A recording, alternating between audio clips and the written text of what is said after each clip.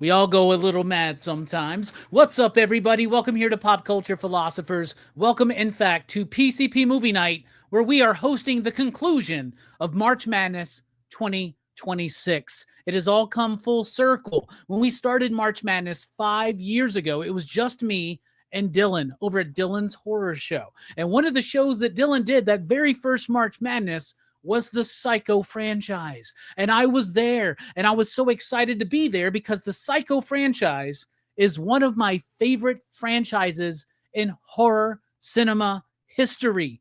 I love these movies so much. So I gave it 5 years, and I decided, let's cover it here on PCP Movie Night to conclude March Madness 2026. It's been a grand time already. I am your host, Rockin' Robbie Bills. We got a great panel to talk about all 5 Psycho films tonight, including Fable from One Collection Down. What's up, homie? Station, what up, homie? What up? So happy to be here tonight. The finale of March Madness 2026. And do you have a PayPal account at all? I do. All right, I'm gonna bill you. You owe me like 20 something dollars for this franchise. freaking streaming services have failed me again, man. I can't believe it, but no, super happy to be there. I can't wait to talk about this one. Heck yeah, man. It's going to be fun. You know, these franchise reviews are always fun, and maybe more so when there are differing opinions on those movies. Case in point, go watch our Texas Chainsaw Massacre franchise review. That's one of the funnest times I've ever had. All right. Yeah. Joining us for the first time for a franchise review, but this dude's been killing it all across our channels on Sci-Fi Fest and March Madness. It's Chad from Metal Elf Collectibles, the super nerd himself. What's up, homie? Station, what's up? How to kill it. Here's the super nerd. Thank you for the great introduction. What's up, You excited to be here to talk about Psycho Man? Definitely. Let's get Psycho. I got my Psycho book. I got Psycho 1 there. And then luckily I didn't have to go Fable's route. I had the 2, 3, and 4. Those are the exact DVDs I had until I upgraded to the Blu-rays. Those are like exactly like that triple feature, and then that version. Like I love those Universal like DVDs that have that same trade dress with the gold at the top and the bottom. Man, that's so cool, dude.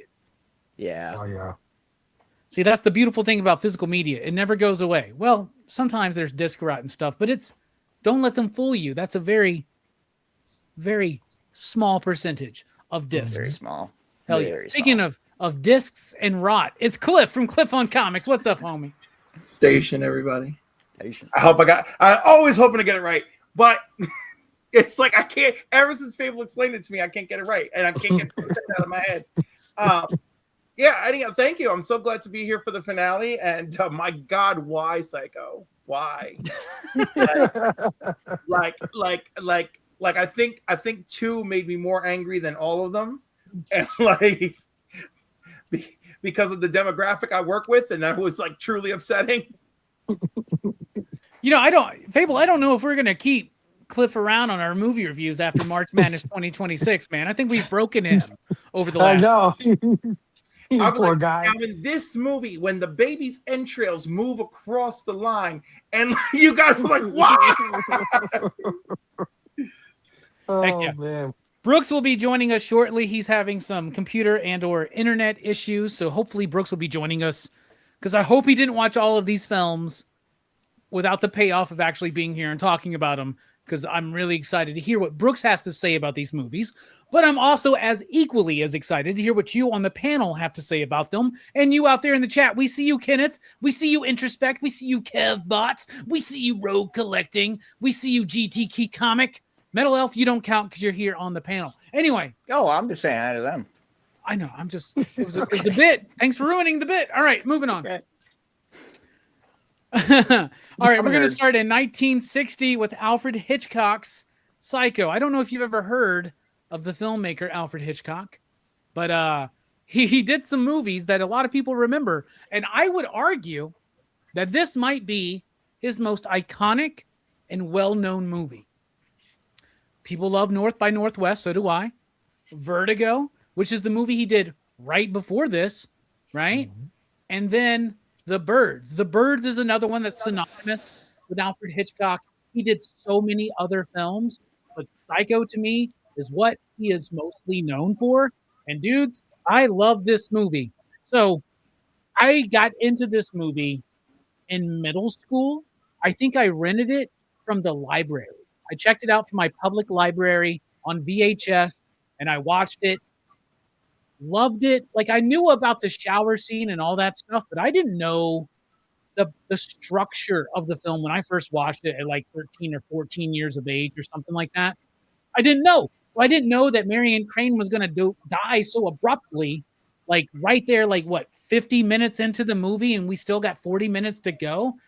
I can't even imagine what it was like back in the day because I knew at least about the shower scene and I knew that Norman dressed as his mother. Like that was just something I learned through pop culture osmosis, right? But I can't even imagine what it's like for film goers in 1960 to watch this movie and know nothing about it, especially after Vertigo, which was a big success for Alfred Hitchcock. Are you familiar with the trailer for this movie? Yes.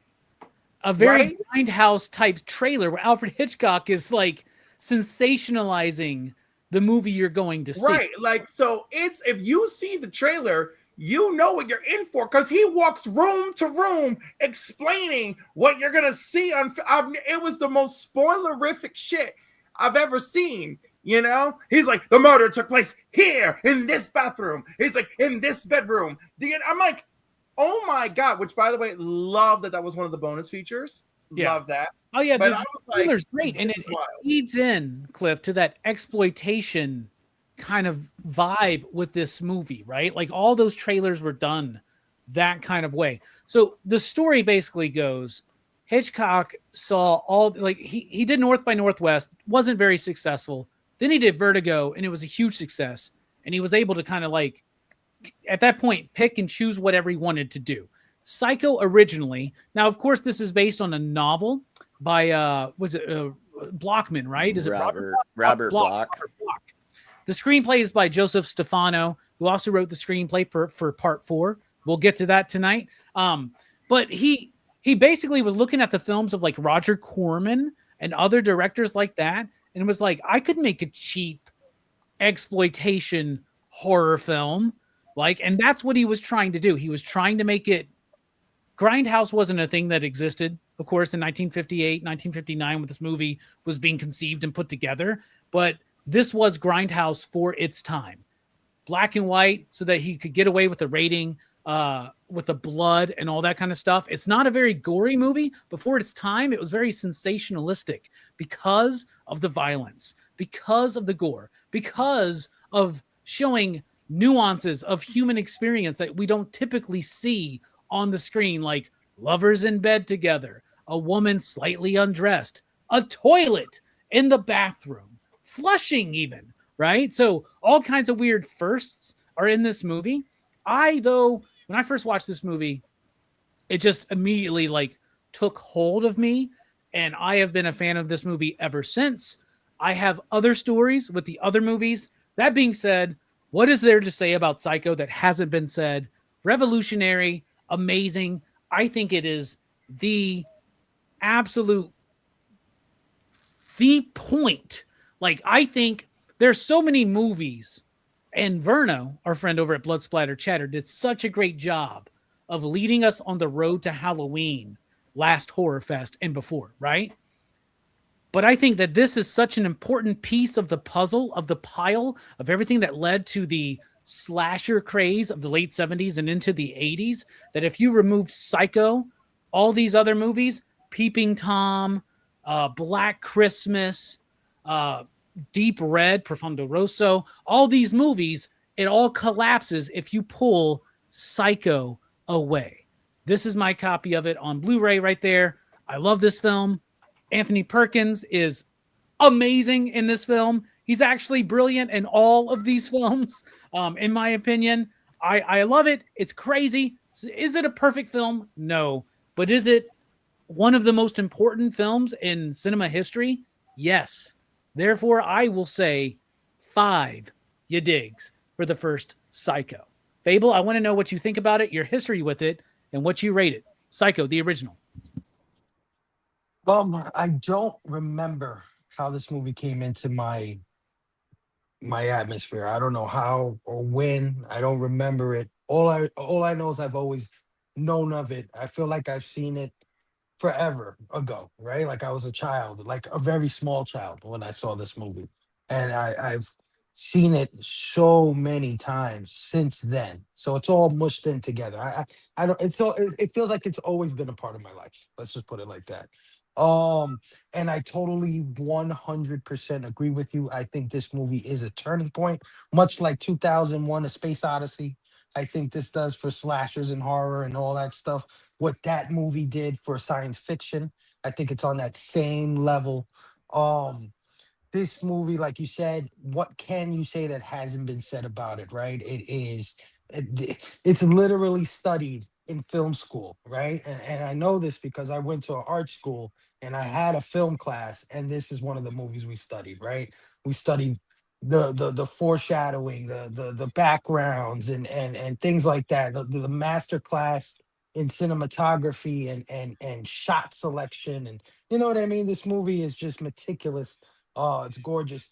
And upon this watch, I would say it's still visually striking. Still to this day, it's still gorgeous, right? Like especially if you're watching it in that 4K transfer or whatever, the Blu-ray 1080p whatever Blu-ray. Beautiful, beautiful movie. One And of there's the a best. 4K of it now, man. And apparently Yeah, the 4K looks gorgeous, dude. fantastic, Yep. fantastic. One of my favorite shots, and I know everybody has different things, the shower scene, whatever, but I love the police officer. When the police officer stops her and that close up of his face and how he leans on the car and how he's across the street from her when she's at the car dealership. I mean, chilling, Yeah. chilling still. Yeah. And she's being Um, so obvious about it, dude. It's yeah, like in every time I watch this movie or the 98 one, we'll get to it. When that cop scene shows up, first of all, I go, is that Clancy Brown? Right? Like, and then secondly, I go, like, how obvious is she being? And then how obvious is Norman being in some of these scenes too, right? And I yeah. think that adds to the tension. Like we know she's being sloppy and acting so Hmm. suspicious, and it just makes us go, "Girl, what are you doing? What are you doing?" Yeah, 100%, man. So yeah, it's still visually striking. I think as much as we applaud the visuals and the storytelling, I think the score by Bernard Herrmann, I think his name is, Yep. Yep. Who Bernard did Day Herrmann. the Earth Stood Still? absolutely phenomenal. Also a game changer.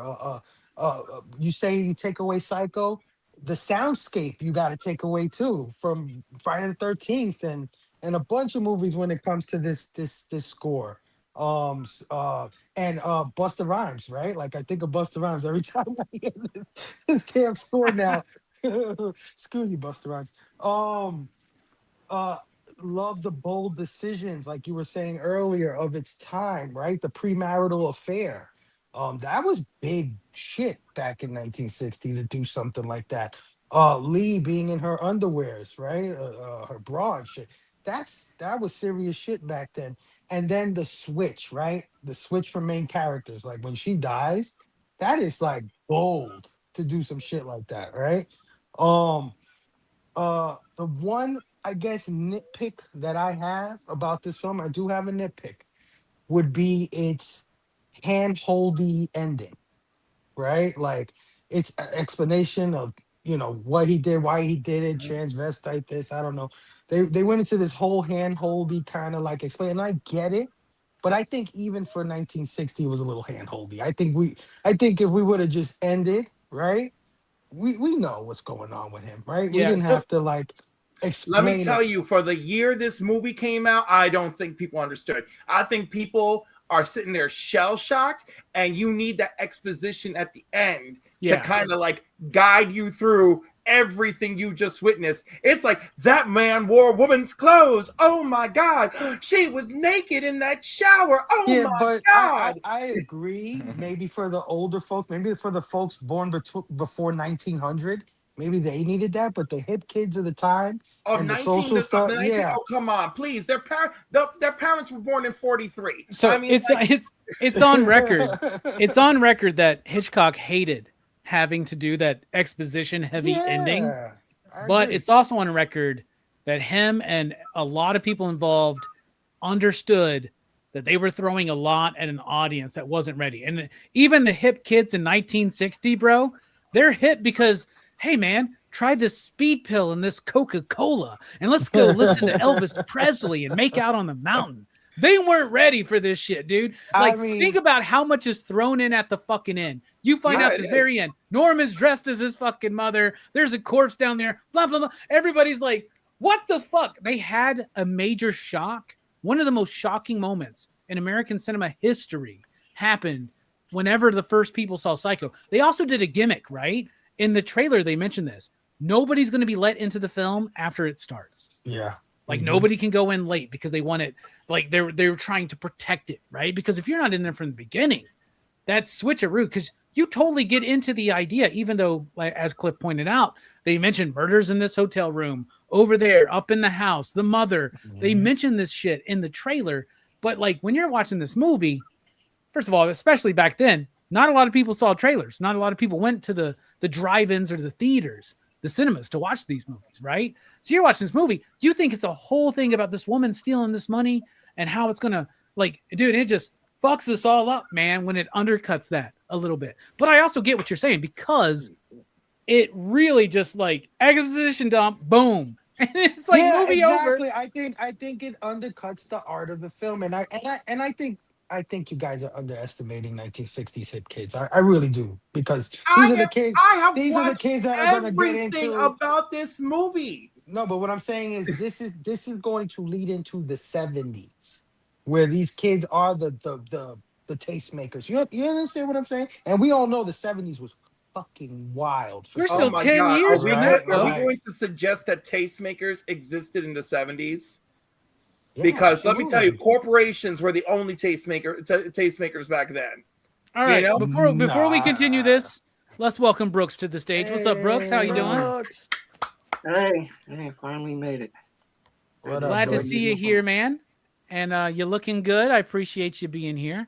Fable is wrapping up his thoughts on the first Psycho.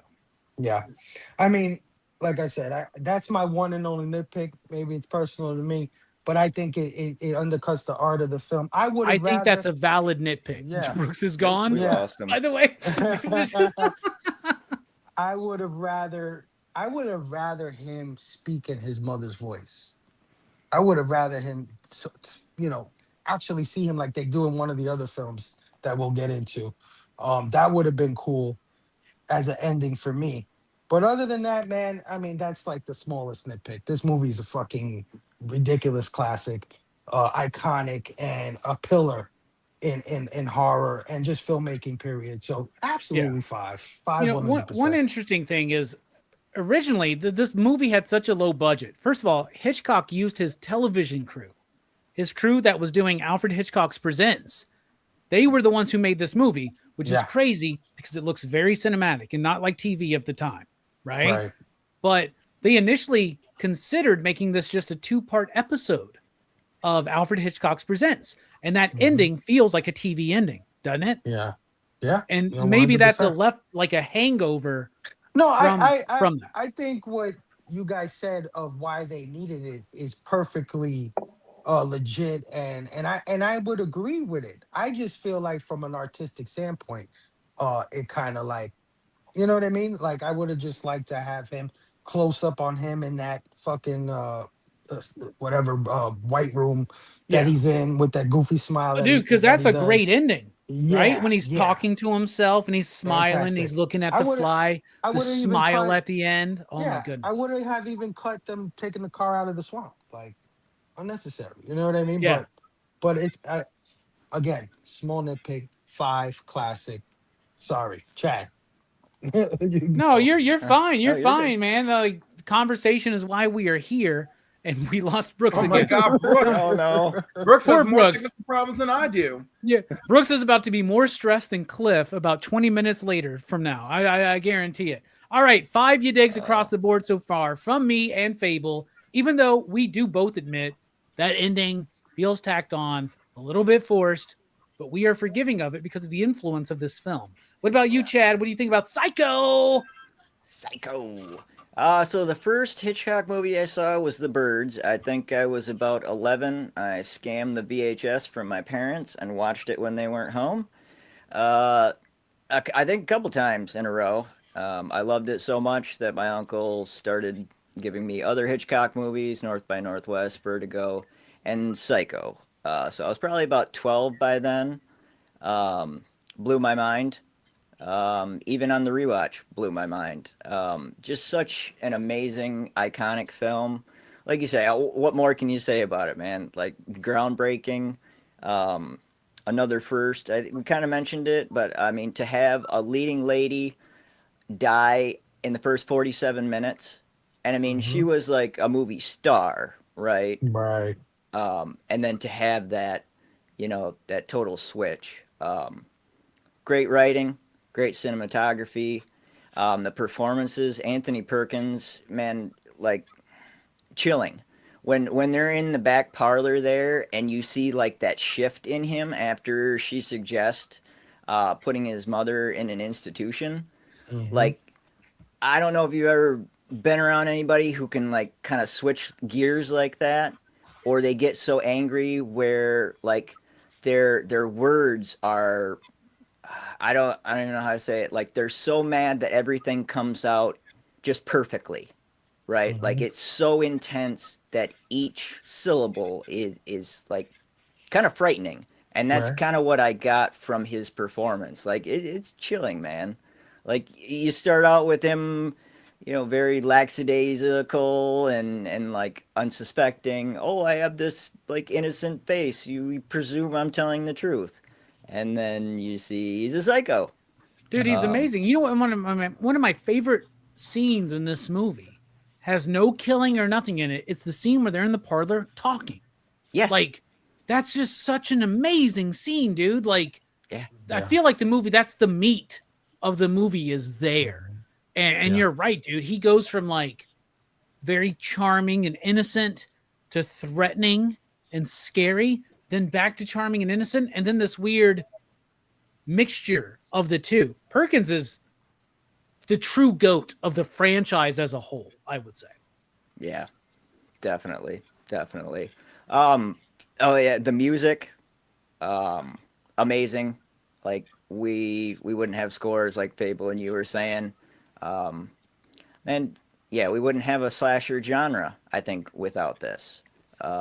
So 5 out of 5, man, iconic. Yeah, iconic. 5 out of 5. 3 5s out of 5 so far. 3 out of 3 for 5s, I should say, or 3 for 3. This movie, by the way, had a budget just shy of $800,000. It has made $50 million. It's crazy. That's, I mean, Crazy. obviously didn't make all that at initial release, but you know what I'm saying. I heard. When are we making our movie? When are we gonna do it? Like let's, when are we gonna make a movie? We should Fuck do around and find out, Cliff. You want to make a movie? Let's fucking make a movie, man. Let's get some fucking money. I'm sure between all of us, Hell yeah. we can get. I'll get Jim Mint involved. I'll get Omar at Near Mint involved. We'll get some goddamn money. We'll make a fucking movie. Yeah. Let's do it. I The problem heard. is, will we make a good movie? I I heard think we make a good movie. But I like, heard he didn't. His studio that always does his movies didn't believe in this one, and that he put it out of pocket. That's why he used his crew, and that he took Yeah. it to Universal. Universal took the gamble, and that this movie like made him like super rich. Yeah, because Paramount was like his home, and Paramount said, "No, we ain't fucking with this, Yeah. man. We ain't gonna mess around with this." Yeah, dumbasses. Yeah, he regretted that. a lot of stories like that in cinema history, right? Especially with horror. It movies. feels that way in modern cinema history. Yeah. Well, I've heard a story from my good buddy. I won't name him because I'm not a name dropper. His name might rhyme with Jark Mears, but he was talking about all the people that said no to this book that's like just fucking one of the biggest comic books in the world right now. And so it's like, sometimes it's like you say no and you shouldn't. I will name people. Brett Bean. People were telling him, "Oh, dork! No one's gonna read that. Nobody wants this Nobody wants this. I felt so bad when I actually heard him say that live in an interview. I was like, I want this book to go to 10th printing. Oh, how dare they? You know, I hate when people like, crap on somebody's dreams. You know, when somebody's like, I just wanted to put a fun book out. You know, or I just wanted to put a fun little movie out about a psychiatrist who's fresh out of rehab, who's just trying to get her life back together. But a serial killer also moved in down the street. Yes. I just met Brett Bean at MegaCon after hours at the bar, and he was super cool. He is. And very much grounded. He's got a great head on his shoulders, and he's got a lot of great plans for dorks. Yeah. Speaking of dorks, Cliff, what do you think about Psycho? Oh my God. Am I a dork? I always thought I was more of a nerd or a geek. So there's a lot to say about Psycho. It's a really tight plot, right? It brings in like, ooh, it's a crime thriller, but it's not. It's not a crime thriller. Marion's sister, why do I always forget about her? Or the fact that her boyfriend is Sam Loomis. Like horror movies took Loomis from this and just kept running. That's exactly what John Carpenter did. That's why it's Dr. Loomis, yeah. So like the fact that this is a 4-act movie, right? It's not a 3-act movie. It's a 4-act movie, right? Because we got that sharp break with like, they killed the main character. And then like we got all the reveals. You got duality. Oh, voyeurism, right? Have you all of them? All the psychos have it. But this one, like when we were watching Henry, like his camera work was designed to make you feel like you're part of this. It was for 1960s. This was definitely there to make you feel dirty about what was going on, you know? And that whole thing with the shower, she doesn't even turn the shower on properly, if you notice, right? And people criticized him. They're like, nobody turns the shower straight on when they get in the tub. They start the water again and then turn the shower. He goes, but they won't care. The audience won't notice because all they'll think about is that she's naked. That's all they're going to be thinking about. And all I thought was like, man, every gay man in that theater was like, why she turned the shower on like this? You know? And it's like, and then that's how your wife would know. Like, wait a second. Y'all don't turn the shower head on before you get in? Because I do. No, I run the water, then the shower head. Oh no, I do the shower head, and like I do the water, make sure the temp's right. Then I do the shower head, then I get in. Yeah. Okay, that's fair. But she just straight up is in and turns it on. She just goes right to shower head, and that's what's different, you know. And that's what he thought was brilliant, and I think he's brilliant just for even thinking of such a small detail like that. They're not going to care because she's naked, or the fact that when she's being slashed, we never see the slash because in that 45-second period, there's over 70 cuts going, all that. But you're never seeing anybody get stabbed, but it's so visceral, you feel it, you know? Brilliant. That music's a big part of it, too. That music makes you feel like you're being fucking stabbed, dude. Oh, absolutely. Right? The music is so good. Then the drain, which I love how we always come back to the drain in these psycho movies. Like that's just this warped thing. Like, you know, it's so funny. It's almost as if like, was she your first kill or because that was the time you were caught, like you're never gonna like get it out of your head. A boy's best friend is his mother. Hilarious. The set design, gorgeous. And I heard in my research someone say that Norman is the ego, the house is the superego, and the motel is the id. Ooh, interesting. And I thought that was a brilliant hot take. And this was from somebody reviewing the movie in the 60s. I thought that was a brilliant hot take on this. You could tell I was digging the research. That's why we love you on these things, Cliff, man. Yeah. The reason I forgive the ending, I think it's so important, is even if Fable is right about the audiences being smarter or whatever, no audience was exposed to this ever before. And yes, the exposition is weak if you're watching Psycho after years of watching other psychological movies, slasher films, etc., right? But none of those things exist without this, which of course is why we're all loving it. Okay. but I also love that he always went with psychological angles for his films. So like, anyhow, I guess my final thing is Psycho doesn't just create horror, right? But it forces you in to sit in the discomfort, right? So I love that. Anyhow, 5 you digs, baby. 5 out of 5. Hell yeah. 5s across the board so far. Brooks has not managed to make it back yet. I have not heard from him. I hope he's okay. I hope he's doing well. I hope Norman Bates didn't just show up. But if he did, Norman Bates probably wouldn't do anything. Because Brooks is not a woman, first of all. So like, there you go. And he's not staying at the hotel. One of the things I love that we've been talking about a little bit, and you mentioned the set design, Cliff, and the idea of the house and the hotel and Norman being the ego, the super ego, and the id. I love that. But I also just love the mundane nature of just the house, Norman, and the hotel. And it gets developed further and further through each movie. And that's one of my favorite things about the sequel is I get to go into what's another room in the hotel look like? What's another room in the Bates house look like? What does the house look like 22 years later? Let's talk about that with Psycho 2, y'all. Psycho 2 is directed by Richard Franklin. It is written, though, by Tom Holland. And I think that's more of the important thing here. Though Richard Franklin did a really great job with this movie. I think he worked with Hitchcock on some movies or something like that. But they got Tom Holland involved. And the we original will know Tom Holland. The original, not Peter Parker, Spider-Man. Do you know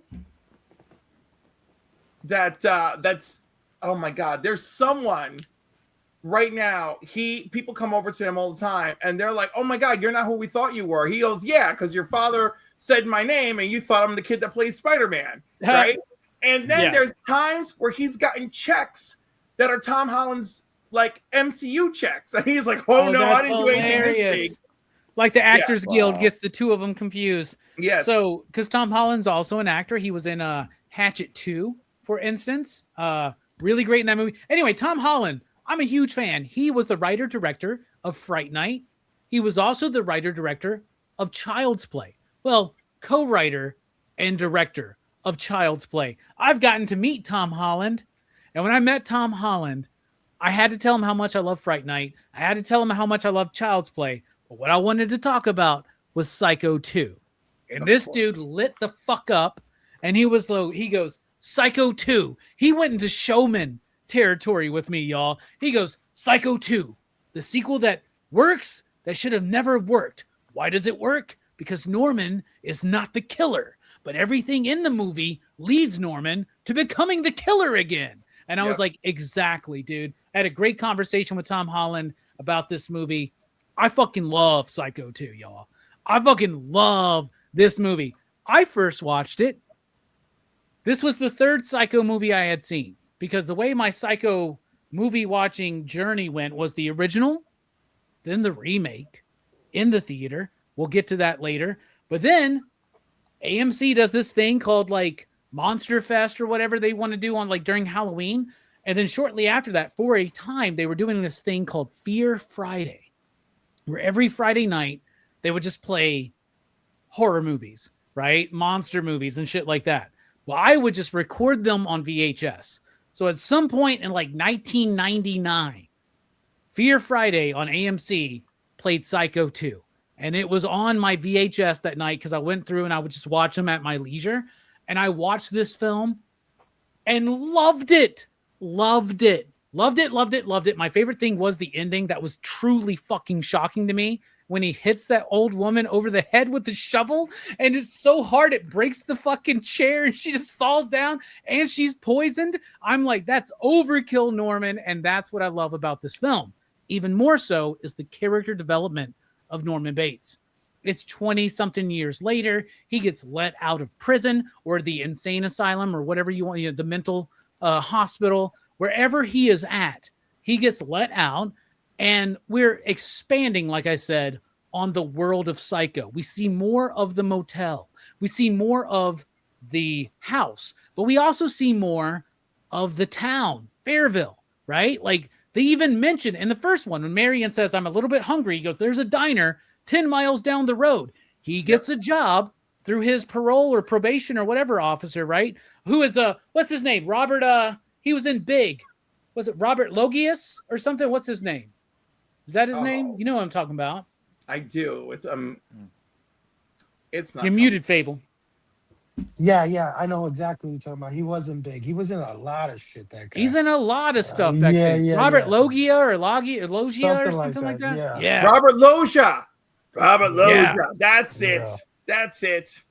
So cool. I love this movie, man. This is the one with Dennis Franz too, right? From NYPD, like NYPD Blue, right? Yep. Right? Yeah. He's in this one, and he's that asshole manager. I love all that shit. I always thought that the chick who plays, what's her name? Is it Tilly? The character? She's the girl. Is it Tilly? What's her name? Lila. Vera Miles. Nope, that's the sister. Oh yeah, the sister comes back from the original. Her daughter. What's her name? Mary. Okay. Yep. I always thought that was what's her name from Three's Company, Janet or whatever. Yeah. Like I don't remember the name. Like, what, the one who played Janet? Yes, I always thought it was her. Anyway, yeah, Meg Tilly is the name. That's why I thought it was Tilly. Right. It's Mary, yeah. So the sister her last name is Loomis. So we're led to believe that the sister married Sam, right? Yeah, that's interesting. Mm-hmm. Anyway, I love this movie because what it does for the character of Norman Bates. This dude is ready to move on from this, right? But as supportive as this town is, there are a few people that are trying to get in the way. Some of them as an asshole, like the Dennis Franz character, and some of them actively, like Mrs. Loomis and her daughter. And I just fucking love it. It's so sad. Like this dude probably could have been fine without all the interference from everybody else around him. But I love how it spotlights more of the hotel. I love that I think this movie was made because in the 80s we had the slasher boom. This came out in 1983. It did pretty well, right? It was on a budget of $5 million. It made $35 million. So it did pretty well. That's why they did a third one. But in an age when slashers were dominating, right? Jason's all over the place. Michael's making a name for himself. We got Tom Savini all over the place. We got the Italian influence creeping in. We needed a film like Psycho 2 to show us where it all started, but also show us how to do it with true nuance and a psychological bend and anchor to it that grounds it. I think Psycho 2 is amazing, and I'm going to give it a 4.5. Very high rating, I know, but I fucking love this film, and it's way better than anybody else would. A Psycho sequel should not work in any way, shape, or fashion. This one fucking works for me, and it's because of the delicacy handled with the character, the delicate way the character was handled, I would say. Fable, what do you think about Psycho 2? Well, first, Frank Loggia, or Robert Loggia, that's his name. Robert Loggia. Yeah, he was Frank in Scarface.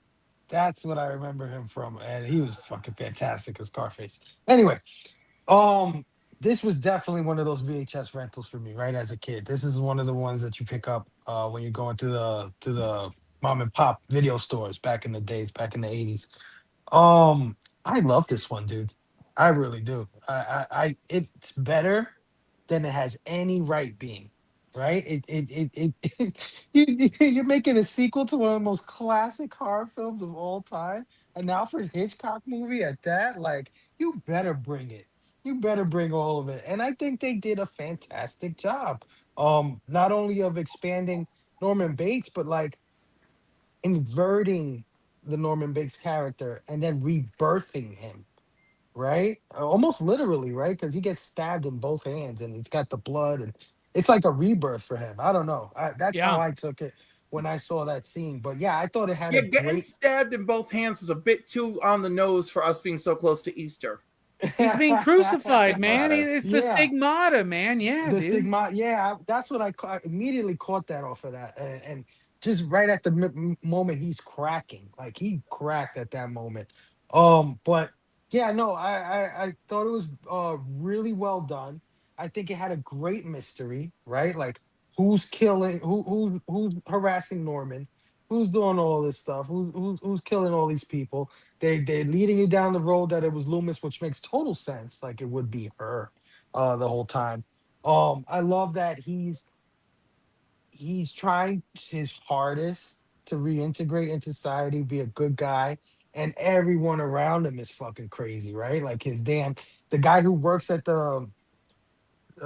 his motel, the one running him, and that guy wasn't he like NYPD Blue or some shit like Yeah, that? Dennis Yeah. Franz, right? Yeah. Yeah. Yeah. Sipowicz.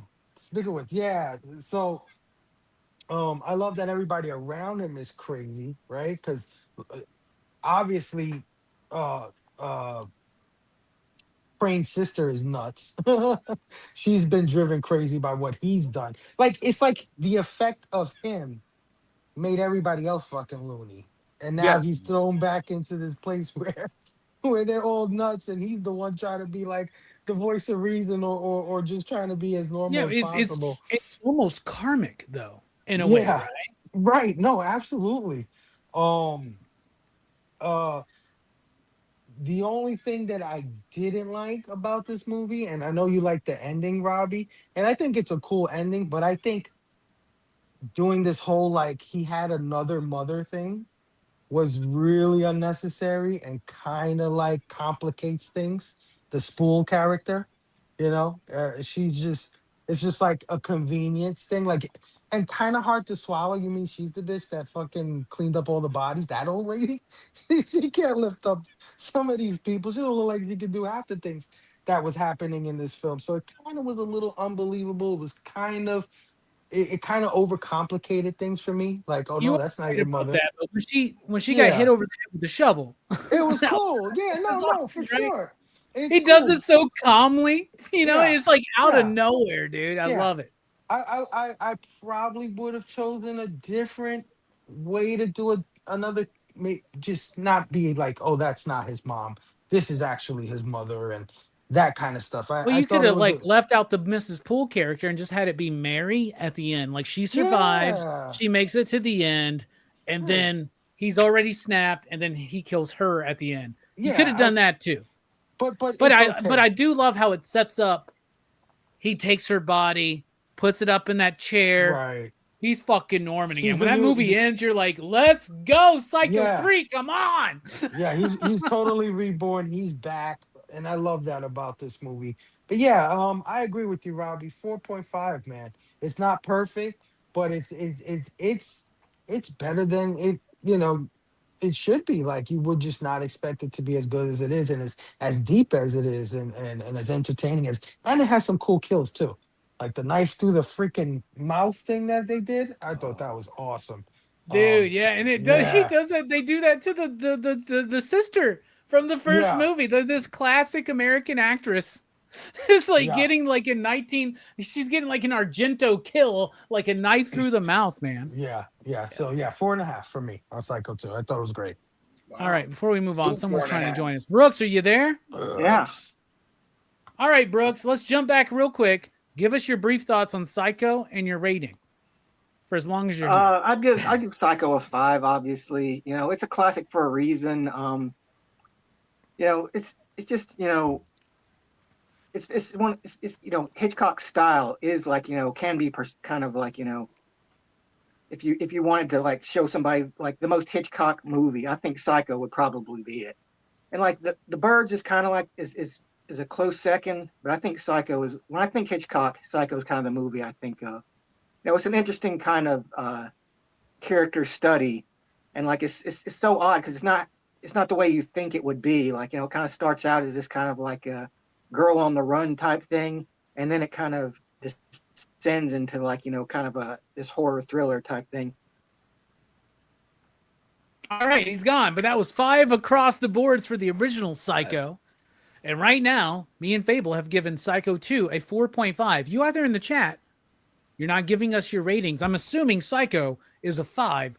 What is Psycho 2 to you? Chad, please continue on for the panel. Yes, sir.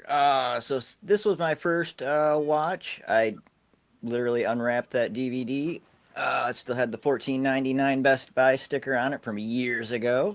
What a deal. What a deal. Yeah, exactly.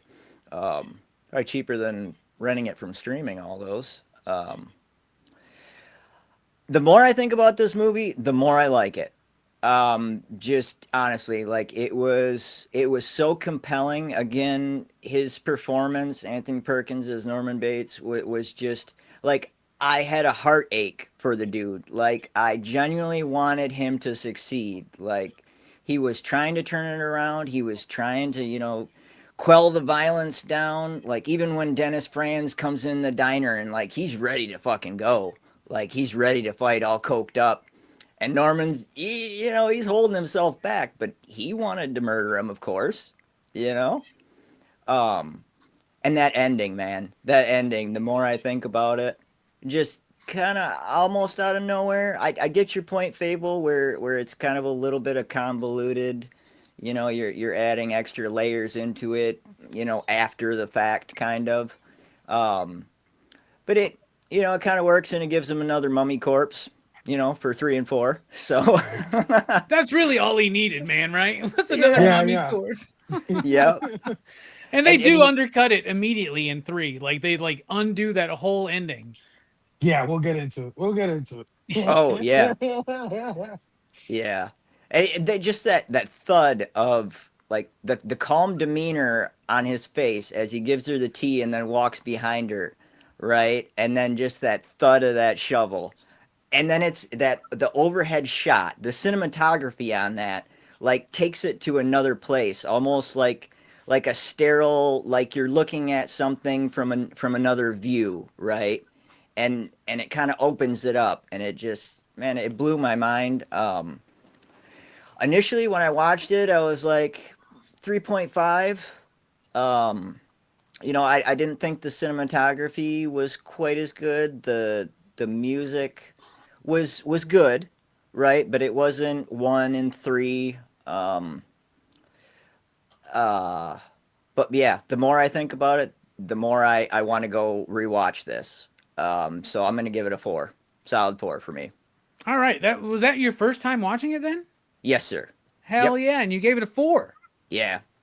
Hell yeah. 4.5, 4.5, and a 4 so far. Cliff, I'm curious. What do you think about Psycho 2 Electric Boogaloo?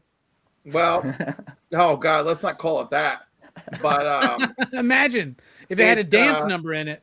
I love that this movie is like all psychological erosion, right?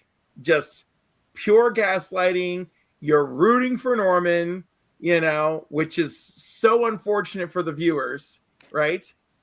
It does the whole, did society create the monster or was the monster already there dynamic? Love that. But so this is like a real life thing. When you're surrounded by everything that speaks to your trauma, like it's going to be a rough freaking road to your recovery. Right. Why, after 22 years, you send this man back to what know is trauma? There was a trauma in that home that led to a psychological break. He perpetrated horrendous things there. Why would you send him there? How do you even still own the motel after 22 years, right? There's all sorts of laws to screw you over. Like that man needed to start over somewhere fresh, like one of them halfway houses, and then he does go work at a diner in a nice neighborhood in a densely populated area. Like that's recovery. This was a shit show. This was your doom to fail from day one. How can you be living in a house where your mom was abusing you, the dude banging her was beating you up, you're looking out the window at places you've buried bodies? I mean, come on. Mary is reading a book called In the Belly of the Beast. Right. Yes. Yeah. So actually, everybody in this movie is a little bit like extra over the top nuts. I kind of love it. It You gets know, more like- over the top, though, doesn't it? Yeah. Oh, it yeah. does. It does. But like, and then the ending is so sad because like he just full on mother mode, right? Like in this whole movie, he has been like using whatever skills he learned in 22 years of advanced psychotherapy, I imagine, just trying to hold it together. And then at the end, he is just turns right in full on into the monster that, you know, that they wish to create. He was just, you know, so like, but the ending gets weird and convoluted, as you said. And that one, this one is the ending is a bit of a harsher pill to swallow. Yeah. The movie's still a good ride. I feel like against modern pacing, it's bad, but because, you know, I'm an old bitch, I have no problem with the pacing in this movie. But this one I actually watched with a younger friend, and like they were just like, oh my God, this is so slow. And I'm like, oh my God, you're lucky I like your penis. And so like, and so with that, I'm giving this a 4 out of 5. All right. Yes. Oh yeah. The TikTok generation, y'all. I know, I've met some TikTokers who are wonderful, wonderful kids. Well, I think the pace of this movie is fucking awesome, to be honest. I love it, man. But Yeah. I've been a fan of this movie since I was like 18, 19 years old, man. Right. One thing I really want to give you is that this sequel is better than any sequel has any right to be. There are few sequels that are strong like this. Yeah, Yeah. I agree. Yeah. I agree. And I mean, specifically talking about horror movie sequels, Mhm. there's like Yeah. Bride of Frankenstein and this, and I know there's another one. That's Friday the 13th Part 2 is better than the original, in my opinion. But Friday the 13th Part 2 doesn't have the impact or the nuance or the power of Psycho 2 for me. So 4.5 for me and Fable, a 4 from Cliff and Chad. That's a PCP average of 4.3, 69 dudes, and I think that's more than fair. All right. Yeah. We have covered the first 2 Psycho films. We got 3 more to go. We're going to take a quick intermission because I don't think we're going to spend as much time on 4 and 5 as we have on 1 and 2. 3, though, who knows, because we might have some controversy when it comes to Part 3. We'll see what happens when we come back here on PCP Movie Night March Madness, the Psycho franchise.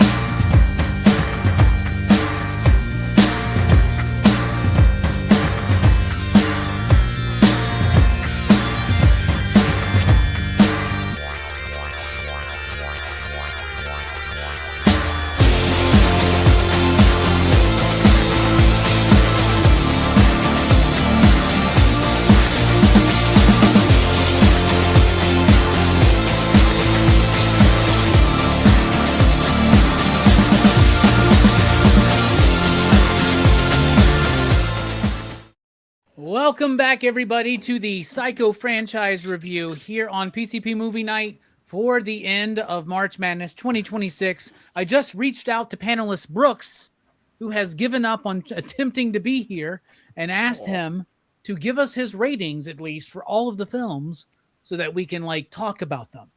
All right. We just talked about Psycho and Psycho 2. Now we're talking about Psycho 3 from 1986. Psycho 3, the only one I have with a slip. So look at that. It's pretty freaking cool. By the way, Scream Factory, great job on Psycho 2, 3, 4, and the remake. We wouldn't have these on Blu-ray without Shout Factory / Scream Factory. So shout out to them for these amazing Blu-rays. They could have more special features, but you know what? Beggars can't be choosers. Let's talk about Psycho 3. I love this movie way more than it deserves to be loved. I'll tell you that. I really love this movie. This movie is fucking bonkers, y'all. It's crazy. It's written by Charles Edward Pogue, but it is directed by Anthony Perkins, the actor who plays Norman Bates. He said, I'll do Psycho 3, but I want to direct it. So when you have that power as the lead actor of a franchise, as popular, as impactful as Psycho, you can be like, I'll do part 3, but I want to direct it. And Anthony Perkins, Tony to his friends, had a cinematic art house sensibility, right? Meanwhile, the studio wanted to make an 80s slasher film appropriate for 1986, right? So one of my favorite things about this movie is the crazy result of this pretentious art house first-time director and a studio trying to deliver what was working in video rental stores for slasher fans in the 80s. Man, what a wild-ass fucking movie. This movie is crazy as shit. Norman is now full-on psycho mode at the end of Psycho 2. This directly follows Psycho 2. It takes place like a matter of days later, y'all, which is nuts, okay? So this movie, the plot is Norman's full-on psycho mode. There's this dude who's a drifting wannabe musician on his way to L.A. or whatever, played by Jeff Fahey from Lawnmower Man and Lost fame. Like, and I love Jeff Fahey in this movie. This movie is so ridiculously cheesy and sleazy, man. This movie is so fucking sleazy. And I think that's why I love it so much, man. It shows us more of that hotel. It shows us more of that. It's the only movie in the franchise where there are actual people at the motel. More than just one or two guests.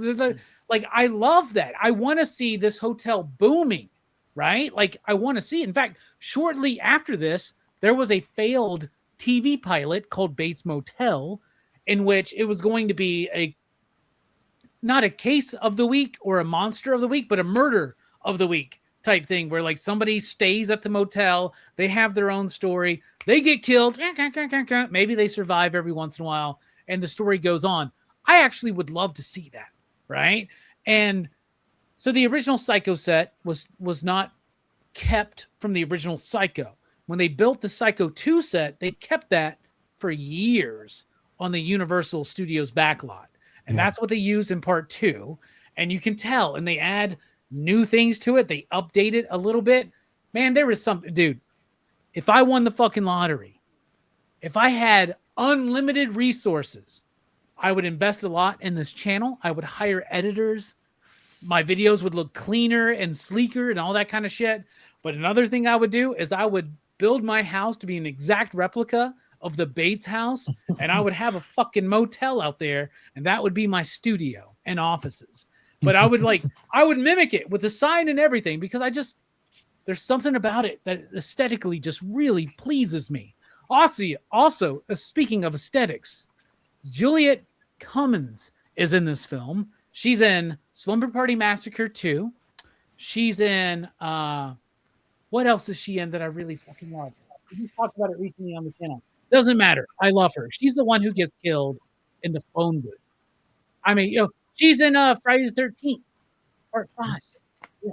So I love Juliet Cummins. She had a very small career, but she's in some great movies that I absolutely love, including Slumber Party Massacre 2, which is one of my favorite films of all time. In fact, it's the most like bi movie I've ever seen, man. I love everybody in that fucking movie. I like that movie is the shit. Anyway, we're talking about Psycho 3. Love this movie. It's not great.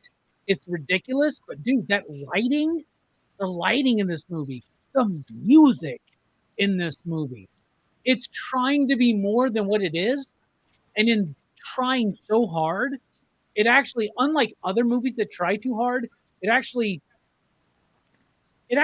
elevates the movie just a little bit. I don't know, man. This movie's got a lot of flaws.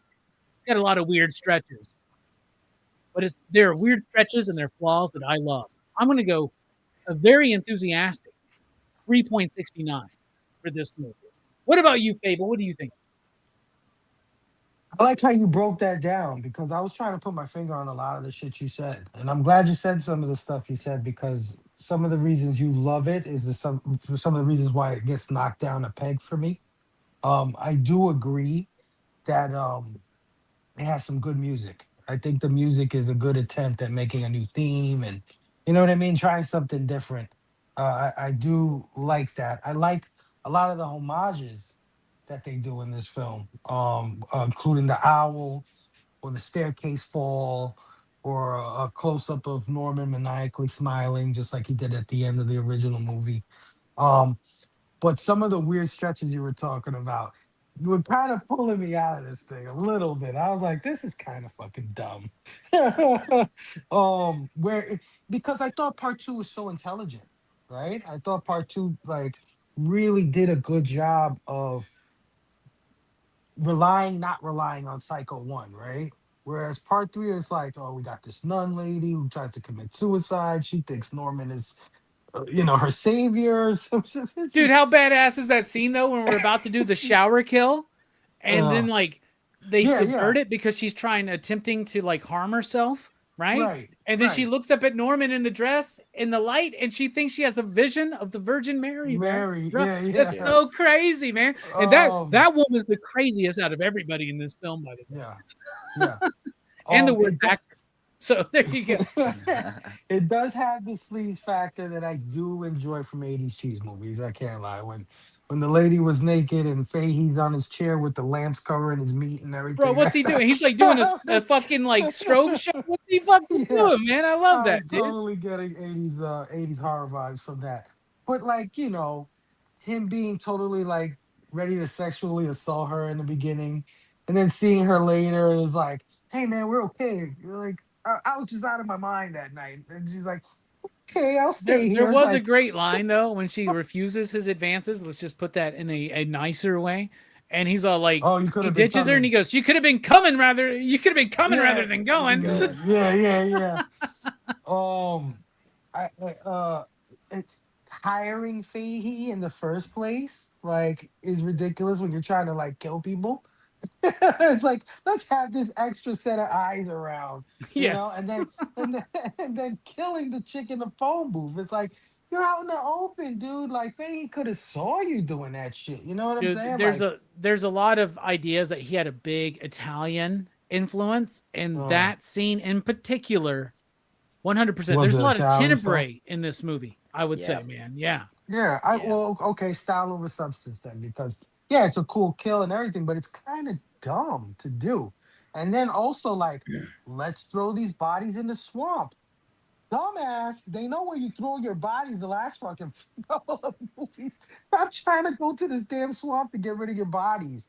Um, and then also like the whole undercutting. You said it earlier. I think it was you, Robbie, or maybe Cliff. The undercutting of the character development from part two, right? The whole spool thing. Like they undo that, which makes me even more say that part two's ending is a little unnecessary, especially if you're gonna just like throw it away in part three. Um, um, another thing, like he he's finally free, right? Because he kills he destroys his mother's body or whatever, so he's finally free. And he tells the cop that, like, it's like they're never gonna let you out, Norman. And he's like, that's okay because I'm free. And then he takes out his mother's hand and is it's choking. Is like, Yes. what the fuck just happened here? And it is like, did anybody search this guy? Like he had a whole hand in his fucking pocket and shit. So this was a little bit of weird stretches that I couldn't get around, and knocks it down a couple of pegs for me. Especially with how I think intelligent part two is up until the end of part two. But so for me, I'm gonna go 3 on this one. All right. 3 is more than fair, I believe. And Introspect says, how did the cop not taste the blood on the ice? I agree, but that's one of my Yeah. favorite scenes in this fucking movie, dude.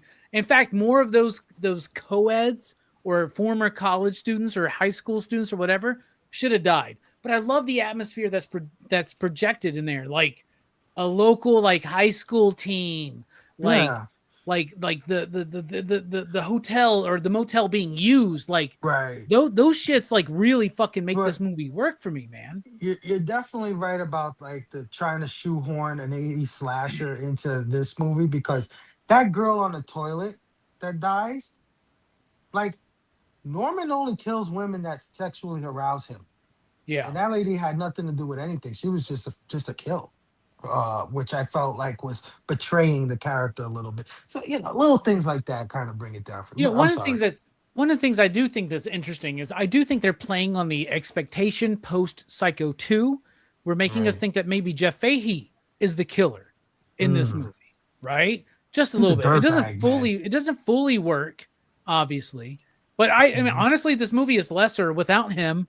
Like, he plays one of the best sleazeballs in Dirtbag, yeah. 1986 film, dude. He really does, dude. Yeah. So a 3 digs from Fable, a 3.69 for me. What about you, Chad? What do you think about Psycho 3? No subtitle needed. Psycho 3. I think I like this movie more than I should, for wrong reasons, but it's entertaining, cheesy, and also stylized, man. I can definitely see the Italian influence. Like the scene where he's fighting Duke, right? I think that's his name, Dwayne or Duke, something like that. With the red lights and the green and the way everything is like lit and the maniacal look on his face, like even the things in the background, kind of the disarray. Yeah, I can see that. The I also love performances. how this motherfucker gets this room at the motel, and then within like 12 hours, there's like the fucking carpet's ruined. There's cigarette burns everywhere. There's porn all over the fucking walls. Like, this dude has like made it his own, dude. He's been busy remodeling that place, dude. This is like homes and gardens, man. I don't know what that dude was on at the end, but that probably gave him a little extra pep to put up all that I'm shit, sure. you know? Yeah. Yeah. He was sweating bullets and like, "Grr," you know? I Yeah, tell you what, meth. the only time I've ever been butt ass naked with a fucking lamp acting like it was my dick was when I was heavy on cocaine back in the day. So there you go. Yeah. Yeah, and meth was around in 86 or whatever too. So, yeah. Great movie. Yeah. Yeah, another strong performance from Anthony Perkins. Even the side characters, the sheriff there, I thought he did a really good performance, even if he was a dimwit, right? And then I love the ending where he goes to arrest him and he's like chastising him, right? Like the dude just walked into a bunch of bodies, right? And they found more, and he's just like, Norman, you really disappoint me. He's like an You know, you assistant made me look principal, bad. right? He's like an assistant principal, man. He's like, Yeah. man, Mhm. it really disappointed me, man, that you threw that bag of poop on that fucking doorstep. Yeah, it was so weird to me. But again, that plays into his dimwit character. I thought the kills, definitely a product of the time and the stylized. Yeah, Maureen's performance really got me. The nun there in a few bits. Like she's trying to act distressed, but it just kind of came off as I don't know, flat, right? And then she fucking goes back, right? She leaves him, and then she goes and talks to the priest, and she's like, "Oh, well, I think I saw another image of the Virgin Mary up in the house. It was a sign. I got to go back." Yeah. It's like, okay, yeah, she's really off her fucking rocker, Mhm. right? Maybe this movie's making a subtle, like, I do think it's actually making, like, kind of like, thematically is trying to make a statement of, you think Norman is crazy. Look at this. What's the first line in the movie? A nun screaming, "There is no God." Oh, Right? yeah. And then you're like, what the fuck is this? Is this Psycho 3? Yeah. You're like, did I pick the wrong movie? Like, when you're checking Yeah. your remote, man. Well, it could have also been them being like, let's shove a love story in this movie because we got to shove love stories in every fucking movie. Well, I think Anthony Perkins has some issues with the established religion. Let's just say that, right? That's what I Yeah. would say. That's kind of where my mind was going. Was it could be another way to show like domineering control and trauma, right? Like she was traumatized by all the other nuns, and that just made her own things that were going on even worse, right? So it's like another level of that, but Hey, in look a at the different. relationship of Norman and his mother, and then look at like films that like really dive into the strictness of like being raised, especially in like a Catholic orphanage or something like Silent Night, Deadly Night, or Alice Bloody Alice or something like that. Like there's a lot of judgment, right? Like that's the thing is Norman had to deal with a lot of judgment as a kid from his mother. A lot of people have had to deal with a lot of judgment from people growing up in the Catholic schools and orphanages from nuns and shit like that, right? Like it's a real thing. Not saying that all nuns are evil. I've seen Sister Act 1 and 2 multiple times. I know that they're fun, joyous people, but there are some bad nuns in the batch sometimes. Well, and I think it might even been a line that repression doesn't work in one of the movies. Like Yeah. that could be a theme right there. Like Right. Norman's mother was so concerned about him being a dirty boy, right? And then on the other side, you got the Catholic Church, which is obviously repressive in some ways, especially if you're in the convent, right? It's going to be very fastidious, which is not going to do well with her mental state, especially if she's questioning if there is no God, right? Yeah. But all in all, I guess I'll give you my fucking rating. We went on. Since the sexy bit, the stylized, I'm going to give it a 3.69. Yes, a 3.69 for Psycho 3.69. Very, very cool, Chad. You're right there on the wavelength with me. What about you, Cliff? What do you think about Psycho 3? Okay, so so there's so much going on. All right, I really like Anthony Perkins' performance, right? Like he clearly always takes Norman seriously, right? So I really like that. But it is the most uneven tone of the films, I think, right? There's like too much shift. The sleaze factor, this is the most sleaze factor of all of them.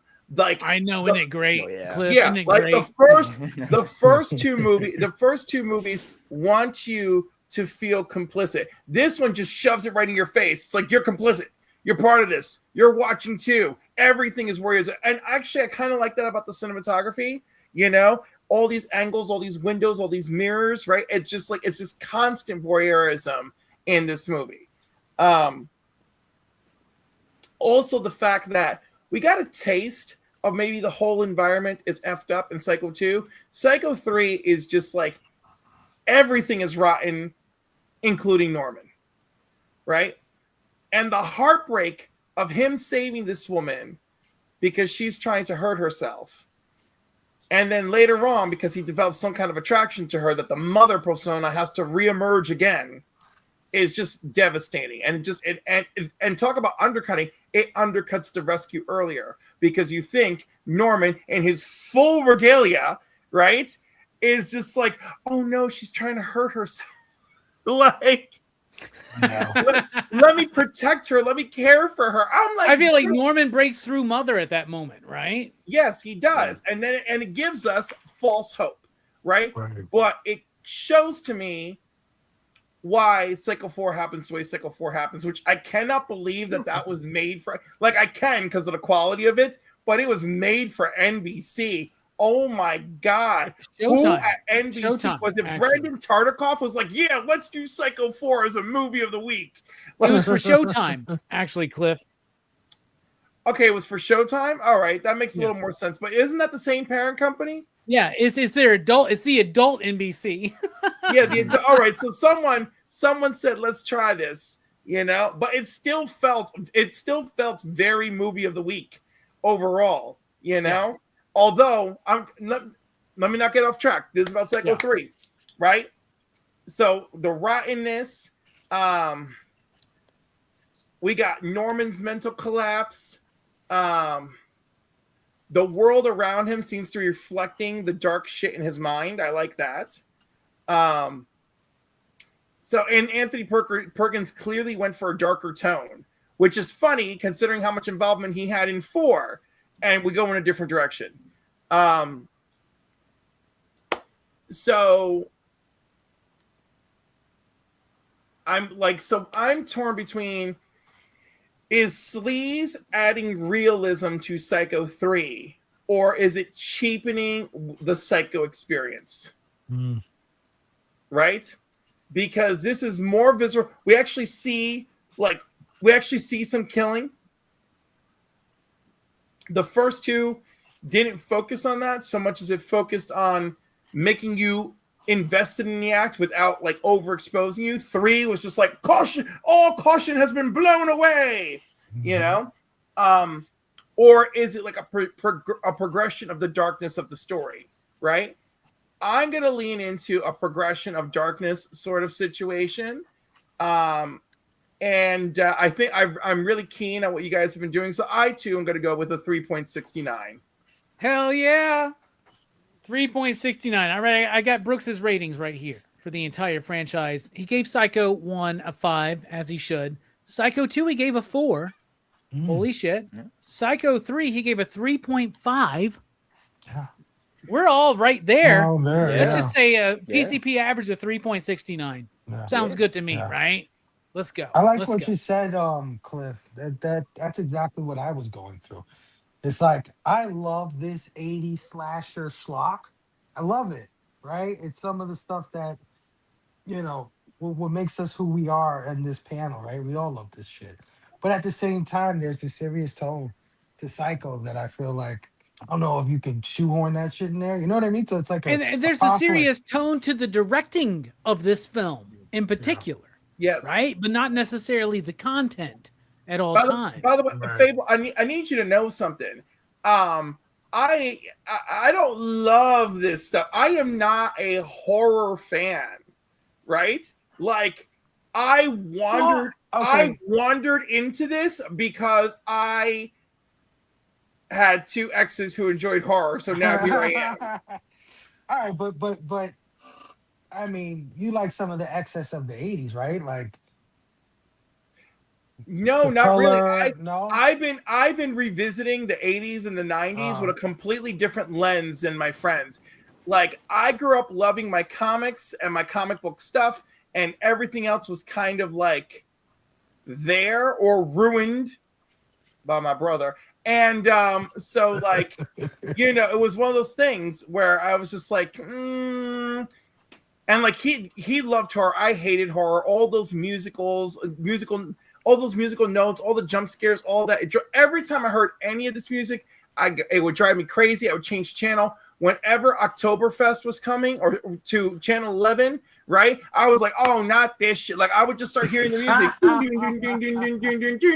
I would be like, change that channel.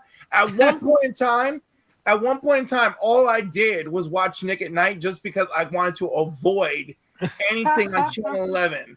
Yeah. I used to love watching the Honeymooners, and then it would be like September into October. I'm like, oh, can't watch the Honeymooners. Let's see make room for Danny. Okay, let's do that, right? So yeah. Okay, well then, sorry. I've come a long way.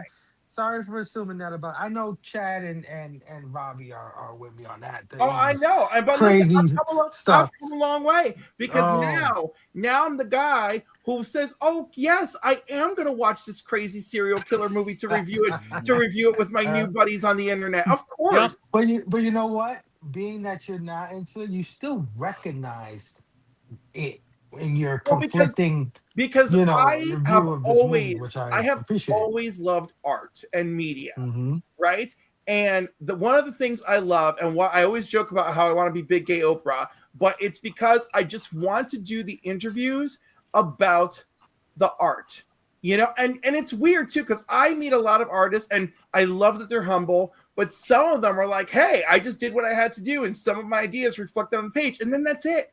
And then they call it a day. It was a job for them, and that was it. And I'm like, you told stories that shaped my life, and you're like, yeah, that was a good job.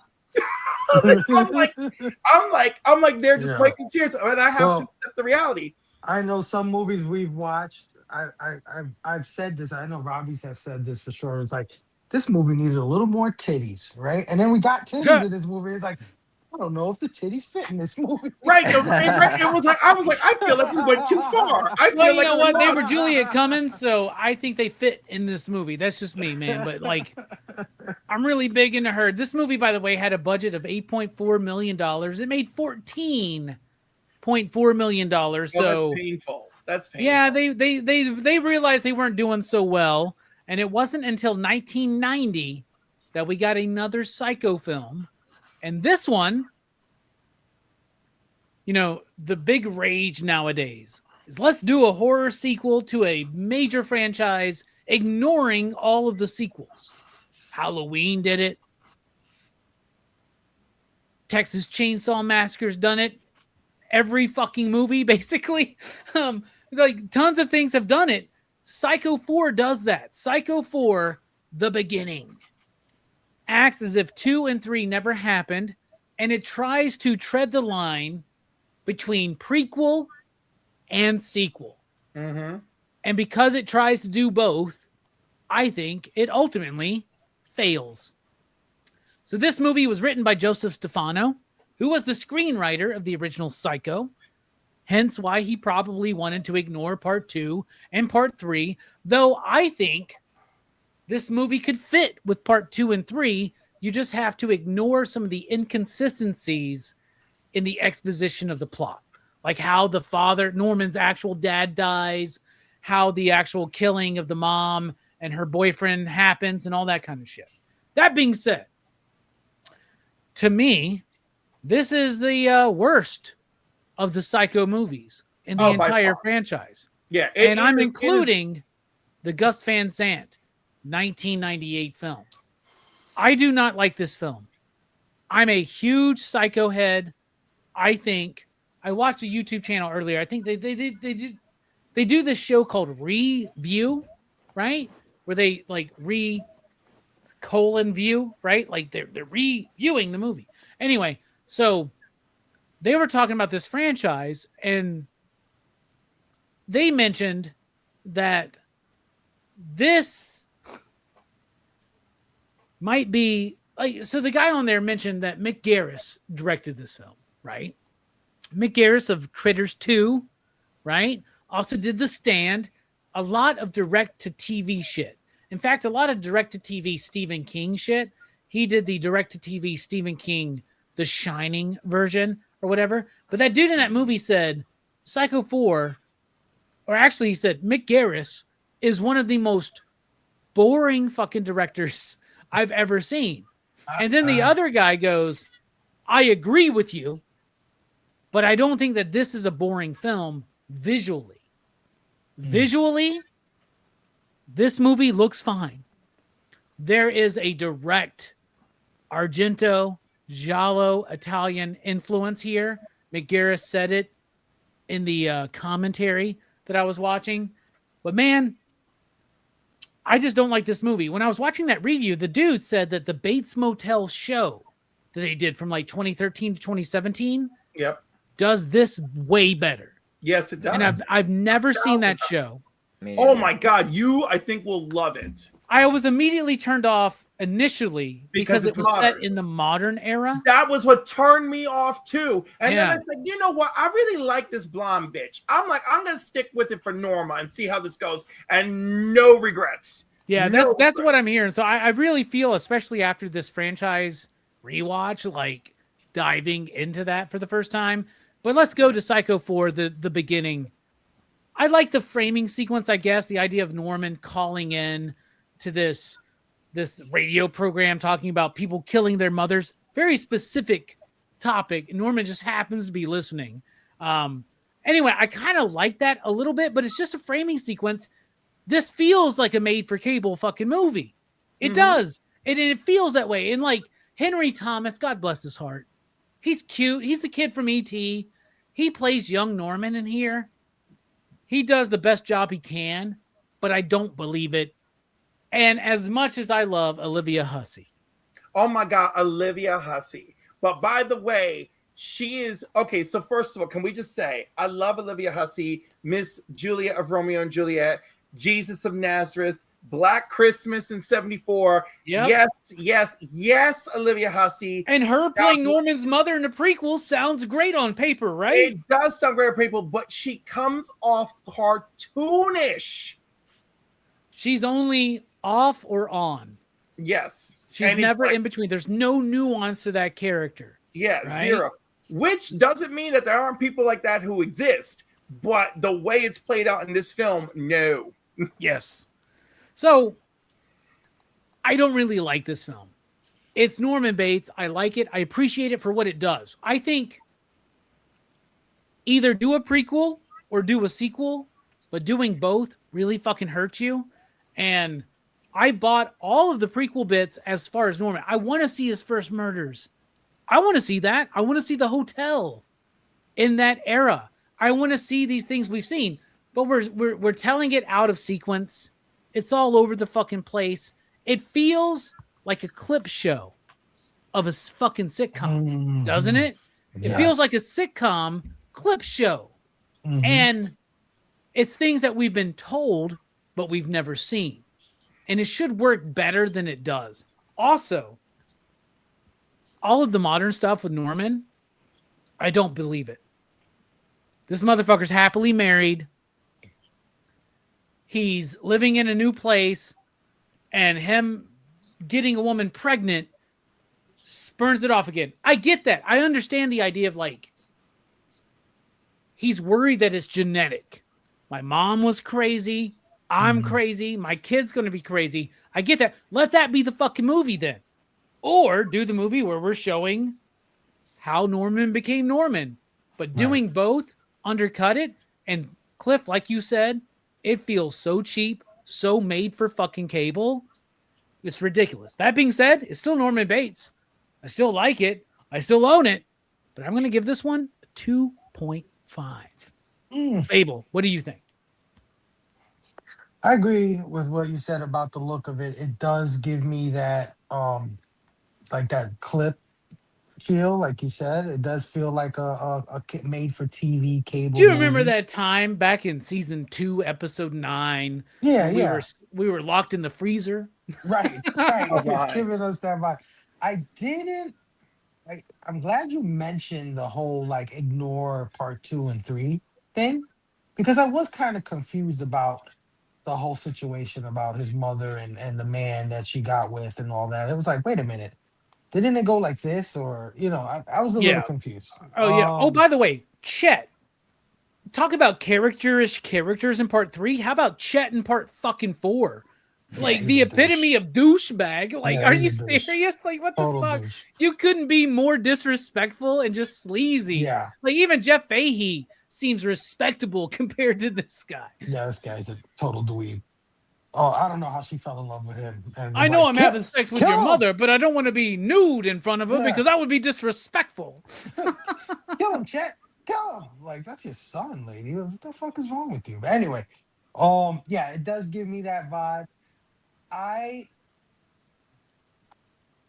kind of like anthology horror, right? Like, I like a framing device, and then going into, even though all these stories have to do with him, in different parts of his youth, I still like that kind of thing. Like, you know what I mean? Like, this is one story, there's another story, third, and then we wrap up the overall arching story. Um, I do like, because this does serve as like the ground basis of that television show that's gonna come out later on, right? About his mother and him and their relationship. Um, like how you guys say Henry and stuff like that makes you feel uncomfortable. This movie gave me an uncomfortable vibe, right? Because like the way uh she would tickle him in church and then smack him, right? Like wow, that's really kind of nuts. Or when she's like You're rub right. my Their feet, relationship got way too uncomfortable it for was a me, little dude. incestuous, right? But at the same Yeah. time, it was like anytime she kind of felt attracted to her son, because it felt like to me like because Norman's just a little boy, and you're a little conflicted about girls and that kind of thing. Like he catches wood, right? When he lays with his mother. But that wasn't her, she wasn't trying to give him wood, but he's growing up, right? So it's like it's weird, right? But it was kind of her, because she would catch herself. And when she would catch herself, that's when she would fucking abuse him. Like if it's his fault, it's really your fault, bitch. Which is cool, because it lets you know that she's nuts, and that therefore he's nuts, right? She made him the way he is. So I kind of dug that kind of thing. It gave me an uncomfortable feeling. It gave me a good origin story for him, but at the same time, um, oh, and I also like seeing the Norman Bates house like brand new. I don't know about you guys. I like that. Yeah, I did Like like how that. when it was brand new and the I hotel like was seeing the brand hotel new. with the lights and like fresh Yeah. paint and all that. And Uh-huh. yeah, I like that. Yeah, the house was beautiful. And I like when they show it later, dilapidated. It's all fucked up, and so I like those parts of it. But I guess my biggest gripe with this movie is that Norman does not deserve redemption. He just doesn't.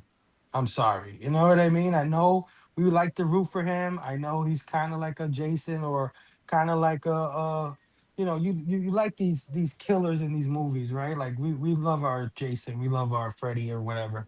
But Norman doesn't deserve to be redeemed. He doesn't. And I did not, that felt flat to me, with him being like, you know, you'll love this baby. He's like, yeah, you're right. And they're hugging each other. He burns down the house, and it's like, live happily ever after. He shouldn't have lived happily ever after, after killing all these women and all these girls over the years. Well, no, because Um, 2 and 3 don't happen. So I just accept that as part of the plot. I'm just accepting. I'm just accepting 2 and 3 don't really I happen. just, I just don't think he should. I think he should have, probably offed his wife, and that's it. It's over for him. Like this is it. Like this is what he deserves to be. And I don't. yet, the man who played him for all these years insisted that this is the ending he properly deserved. You Yeah, know, it's and weird. I It's weird and to I me. I agree with Anthony Perkins because Yeah. 2 is so symbolic of Norman trying to really give it a chance, and 3 is basically saying no, you have no chance, which he directed. Which, by the way, that blows my mind. Only for him to come around and tell the writer of the original, "Hey, I really want some redemption for Norman and all of this," which look, him burning down the house and all that shit, that is healing. Okay, he is tearing down the embodiment Yeah, of but his he's trauma. not. He's not gonna pay for anything. He kind of got out of jail free by fucking his psychiatrist. I mean, he's one thing Norman got is swag, because he be banging some chicks, bro. He Well, got the older chick, Anthony the Perkins. younger Anthony chick. Perkins is a He legendary yeah, he bisexual, he and he he listen, he gets the girls, man. He's like Cyclops in a lot of ways. Oh, this By guy the way, just if gets anybody's a all the big fan women. of Anthony Perkins like I am, watch The Trial, directed by Yeah. Orson Welles. Ooh. Great fucking film. Nobody ever Okay. talks about. Oh, Great it's stuff based just on the Kafka novel. yeah. Hell yeah. Oh, the one thing So I wanted to say real yeah. quick. Review mentioned this. This is what I was trying to think of earlier. This one dude mentioned Norman Bates might be my favorite character in cinema history. I might agree with that. Like, I love his journey. And even though I don't think it ends quite the right way in part 4, I agree with you there, Fable. Mhm. Anthony Perkins in that character through 1, 2, and 3 almost make me slightly forgiving of 4. That's why I gave it a 2.5 and not a 2. Because I think the movie is shit.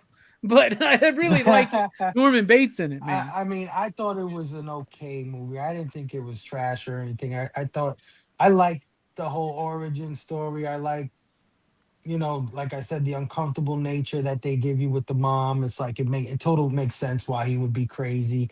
The framing devices, you're right, Robbie. It is a little unbelievable, and to me, unbelievable that he would be redeemed in any sort of way. Like, I don't think a happy ending. I don't think he deserves a happy. As much as I love Norman Bates, I just don't think that's the way his character should go.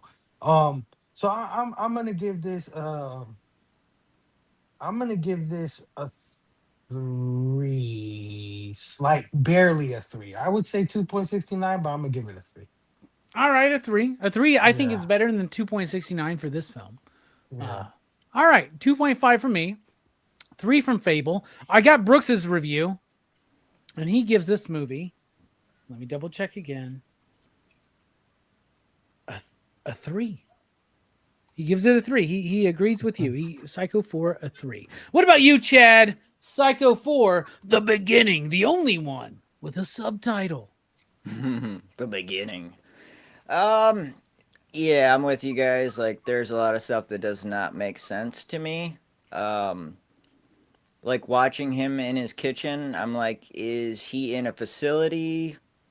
Like, is he in another institution where he gets a little house and then, like, they're monitoring him? Like, you got the phone call from, you find out it's his wife. Like, He's also cooking that corn for a very, very long time. It takes no more than 5 minutes to fucking cook corn. Okay, maybe 10 if you're really pushing it. But like, Well, he should have been doing corn in the oven. That would have made more sense. It's Because 1990, dude. You know that was a can of corn thrown in a fucking pot, and he's cooking terrible. it for fucking 45 fucking minutes, man. Like, it's just so stupid. Well, Now that again, this movie asks a lot of suspension of disbelief. I'm sorry. Go ahead, Chad. yeah. Oh, you mentioned the corn, and like, as soon as you said that, I think after one of the scenes, I think after he puts his mom up on the chair, like he drags her up into the chair and wipes the puke off her mouth, and he's got a bag of like popcorn, and then he starts eating it right after that. Like, sorry, that just flashed to me. I'm like, there must be a corn thing in this. Well, because he's always eating candy corn in all the Yeah. movies. He's got a bag of candy corn. Yeah. Candy corn. Yep. Because he's a Corn? kid. He likes peanut butter and crackers. If you watch the movies, he likes. They're very consistent. That's what I love about this franchise. He likes peanut butter and crackers. When he makes a sandwich, it's a peanut butter sandwich, right? He eats candy. He lives like a child. He's in Arrested Development, like a sincere form of it. Not talking about like the amazing show, Arrested Development, but like true Arrested Development. Like, this dude is mentally a child, and they're showing that through his diet throughout every movie in this film, which I think is really fascinating. Yeah, they did carry those themes. I mean, even 3, when they start shooting, coming up to the house, because I'm a nerd and I read, right? There's Mary's novel In the Belly of the Beast shown like still in the grass in the beginning of 3. So they carry those themes along for sure. I think this movie would have ultimately failed for me if not the strong performance of CCH Pounder, the radio talk show host. Yeah. My favorite Amanda Waller, by the way. She's in The Shield, right? That's the lady from The Shield, right? Yeah, I think so. Yeah, the FX show with Michael Chiklis, right? Yep. Yep. Yeah. And John Landis. Anybody else catch that? That's Yes, John Landis. John Yeah, Landis. he's the producer. Yeah. He's in this, yeah. Oh yeah. Yeah. Yeah. So ultimately, some of it fell flat for me. I think some of the prequel sequences worked and should have been in there, right? Like the part you were talking about, Fable, where his mom starts getting turned on, and then she punishes him by making him put on a dress Mhm. and then, putting the lipstick on and, making him a girl, right? Right. And he can't say no, he's now Norma. So Right. I think that is an important piece that should be in there. But like some of the kills, Yeah. it was just like, oh, okay, here's another dream sequence. Like we're gonna be sucked back to, and some of it was cool, and some of it just did not work. Honestly, the ending I really wanted was for him to die in the fire. Yes. Like Yes. I think Exactly. the ghost should have held him down, and he should have burned in The his house too. house. Yep. Yep, yep. And at the beginning of the movie, I was rooting for him to kill the psychiatrist. Like that's who Yes. I thought he was going to go after, and that's who I was hoping he was going to, not his Right. wife. Like, Yeah. You talking about the psychiatrist Agree. from the show? yeah. So that's the dude. I don't know his name, but he's in fucking. He's Donna's fucking dad or whatever in Twin Peaks, right? Mm. The actor Mm. is, but he's playing the guy who gives the exposition scene in the At the first end, one. yeah. It's supposed to be the Uh-huh. same doctor. Yeah. Oh, okay, okay. Surprise, surprise. Which I think is kind of cool. Like every yeah. movie really does Tie try to back. tie Yeah. into the original in some form or I fashion. mean, it's cool that that because I think a major theme of him is that he kills when he gets aroused. Whenever a woman arouses him, it's like she's got to go. Mom comes out, right? So it's cool that Yeah. it's like the reverse with her. Whenever she's aroused by her son, she punishes him. So you know where he gets it from. You know what I mean? It's like carried Yeah. over. Yeah. And that's in every movie, even the remake, which we'll get to very Mhm. shortly. Yep. It all ties together. So again, I like some of it. Some of the performances were really good, and some of it just did not work for me. So I'm gonna go 2.5. Like it wasn't bad. It wasn't like it was average. I wouldn't shut it off, but I probably wouldn't watch it again. Right. Interesting. I'll definitely watch it again just because that's just who I am. I watch shitty movies all the time. But what I'm interested because so far, Chad, me and you have been right on the fucking money. Like we've rated every movie the same. We'll see what happens in a few minutes. All right, Cliff. We've got 2.5, 3 from Brooks, and a 2.5. What you sitting on when it comes to Psycho 4, the beginning? What do you think? Well, obviously, I already sound like a Psycho 4 apologist. You know, like it's an average film. We get a very reflective and like weary Norman, and I love that. Right? Like, I'm getting older. I'm looking back. Here's this moment, right? And of course, who is doing a psych radio show about matricide? But here we are. Like, so I guess what's jarring for a lot of people in this film is instead of just him being a monster, right? Which at no point was he ever really just a monster. He has now become a case study of generational psychological trauma, right? Which I dig. And we have Norman Bates doing everything in his power not to be Norman Bates. Now you could even tell yourself that the origin that we're being told in this movie isn't exactly right because he's an unreliable narrator. Right? Good point. Yeah. Because he's rewriting his own origin, making his mother more toxic, right? Could be. But still, one way, shape, form, or another, his mother had to be abusive to create the Norman that we get. So this movie is about breaking the cycle. This movie has its purpose, right? Like it's a valuable case study. It's a surprisingly thoughtful ending to the series.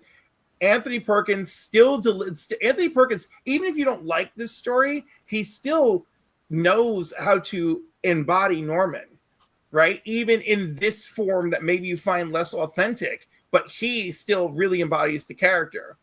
And then, of course, like the idea that, you know, he's a victim first and a killer second.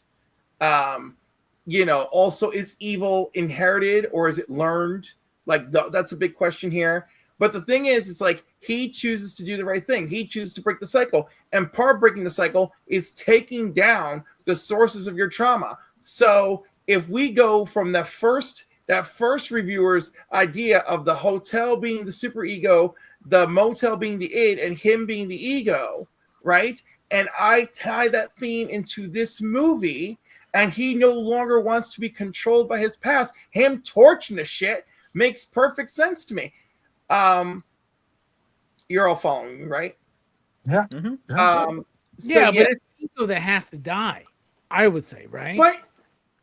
But I'm saying, I think after years of playing him, I feel like he wanted to like have some catharsis here. He wanted to have closure, real sympathetic closure with the character. I think he felt, playing the character over all those years, I think he felt a lot of sympathy for Norman, you know, and like especially after Psycho 2, I feel like that's the biggest deal.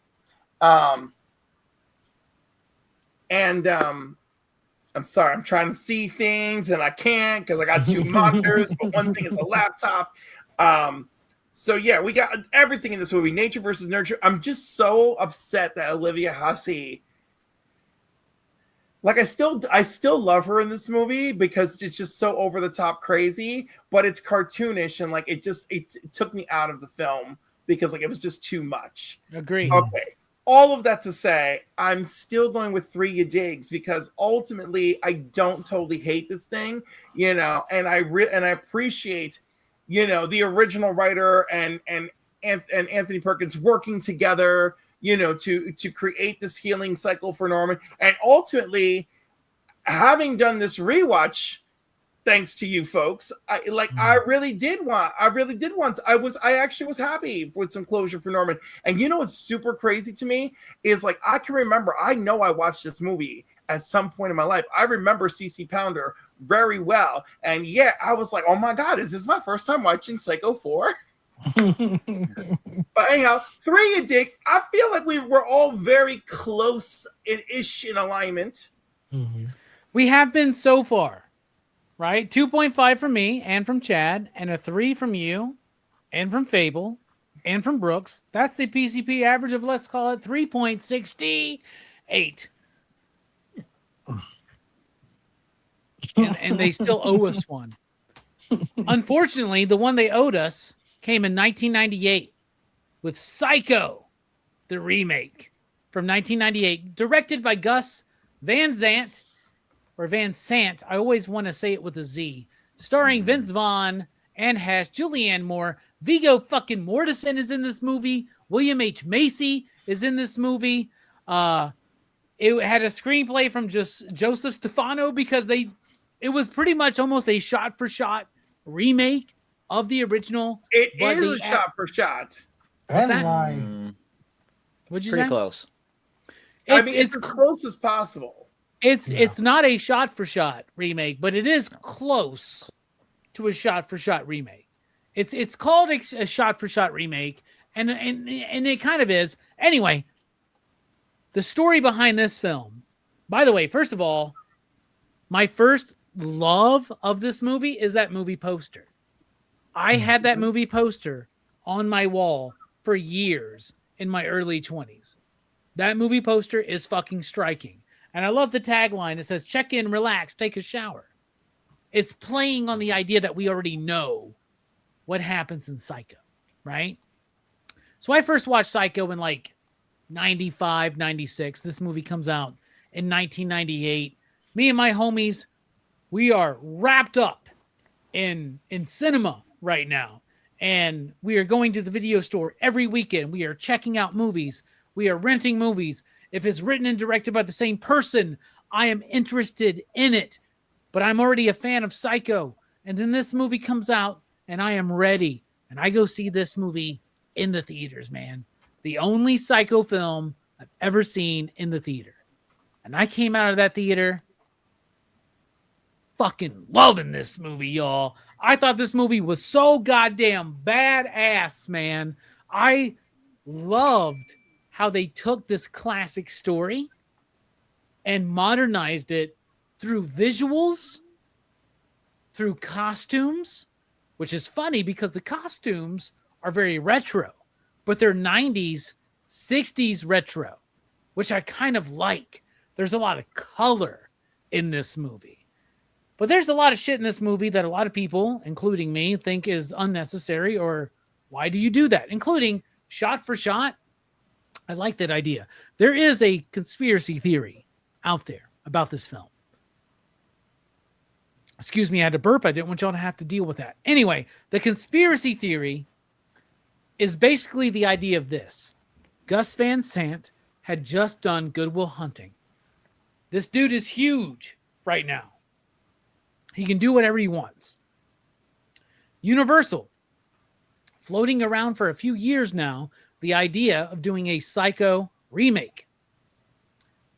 There is the theory, some might call it a conspiracy theory, that Gus did this movie so that no one else would do it. He's actually said that in an interview. Why did you do the Psycho remake? And why did you do it the way you did? So that no one else would do it. Wouldn't that be like the coolest thing a director ever did? To take on a project he knew was doomed to failure and just did it as close to the original as possible while updating it a little bit so that no one else did it to change things. I don't know. There has not been a Psycho movie since this film. So maybe Gus has saved all of us. He did. But really think about it. If you really think about it, Gus could have saved us from a lot of shit. That being said, let's talk about this movie. I don't think this movie's near as bad as people think it is, or people say it is. Anne Hesh, people hate her for different reasons other than her performances on screen. I think she's fine as Marion Crane. William H. Macy, amazing in this film. Loved him. Julianne Moore and Viggo Mortensen are the better versions of those characters than the original actors in part one, in my opinion.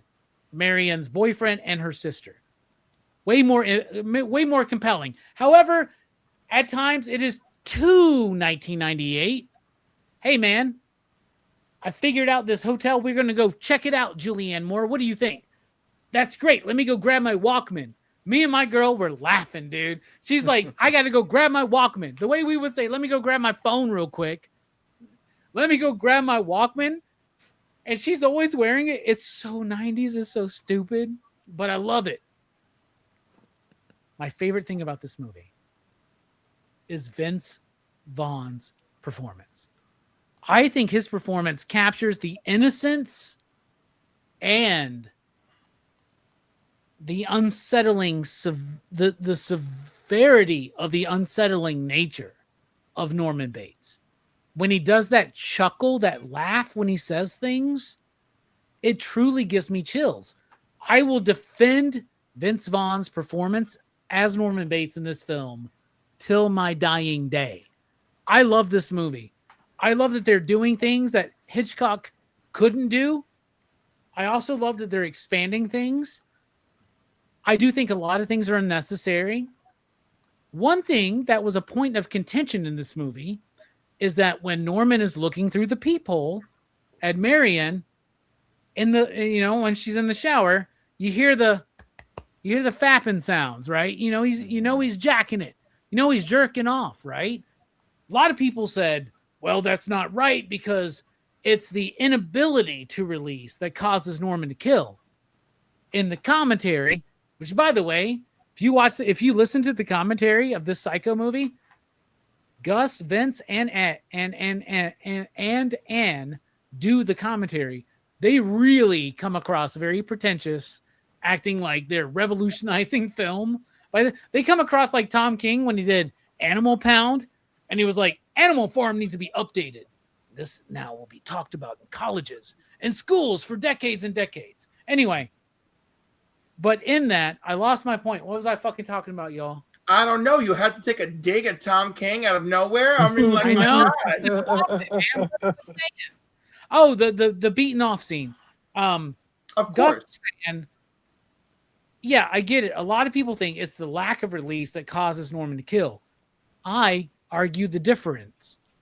I say he does get the release, and it's the shame that brings in the mother figure. That makes sense to me. Dude, I don't know. I've heard so many people say Vince Vaughn was completely miscast in this movie. I fucking love Vince Vaughn in this movie. That being said, it's not great. It's not the best thing in the world, but I love the colors. I love the colors in this movie. I really fucking do. And I love the costumes. I love pretty much all the performances. I love subtle differences. Like when Norman's killing and they're showing like just random scenes that feel like they're clipped out of a fucking Rob Zombie music video or some shit. I don't know. I kind of fucking dig that. It also doesn't make sense. So as a psycho purist, I don't like this film. But as a film lover and a lover of film that shouldn't work, that maybe does work for me, I love this film. So I'm going to be right in the fucking middle there. 3, you digs. I'm going to give the Psycho remake a 3. I actually love this film. And I still love that movie poster. And I want a new one to hang up in my apartment. So there you go. Fable, the Psycho 1998 remake. What do you think? Well, the thing I love most about this movie is that you love it, Robbie. You know, I love your excitement for this thing. But for me personally, this was a big why. Why? Just why? It was a totally unnecessary remake, in my opinion. Especially if you're gonna mimic 90% of the shots, 90% of the lines. You said it was so 90s. I felt like it was 260s. I felt the opposite way. I felt like they were talking in ways that people were not talking the 90s.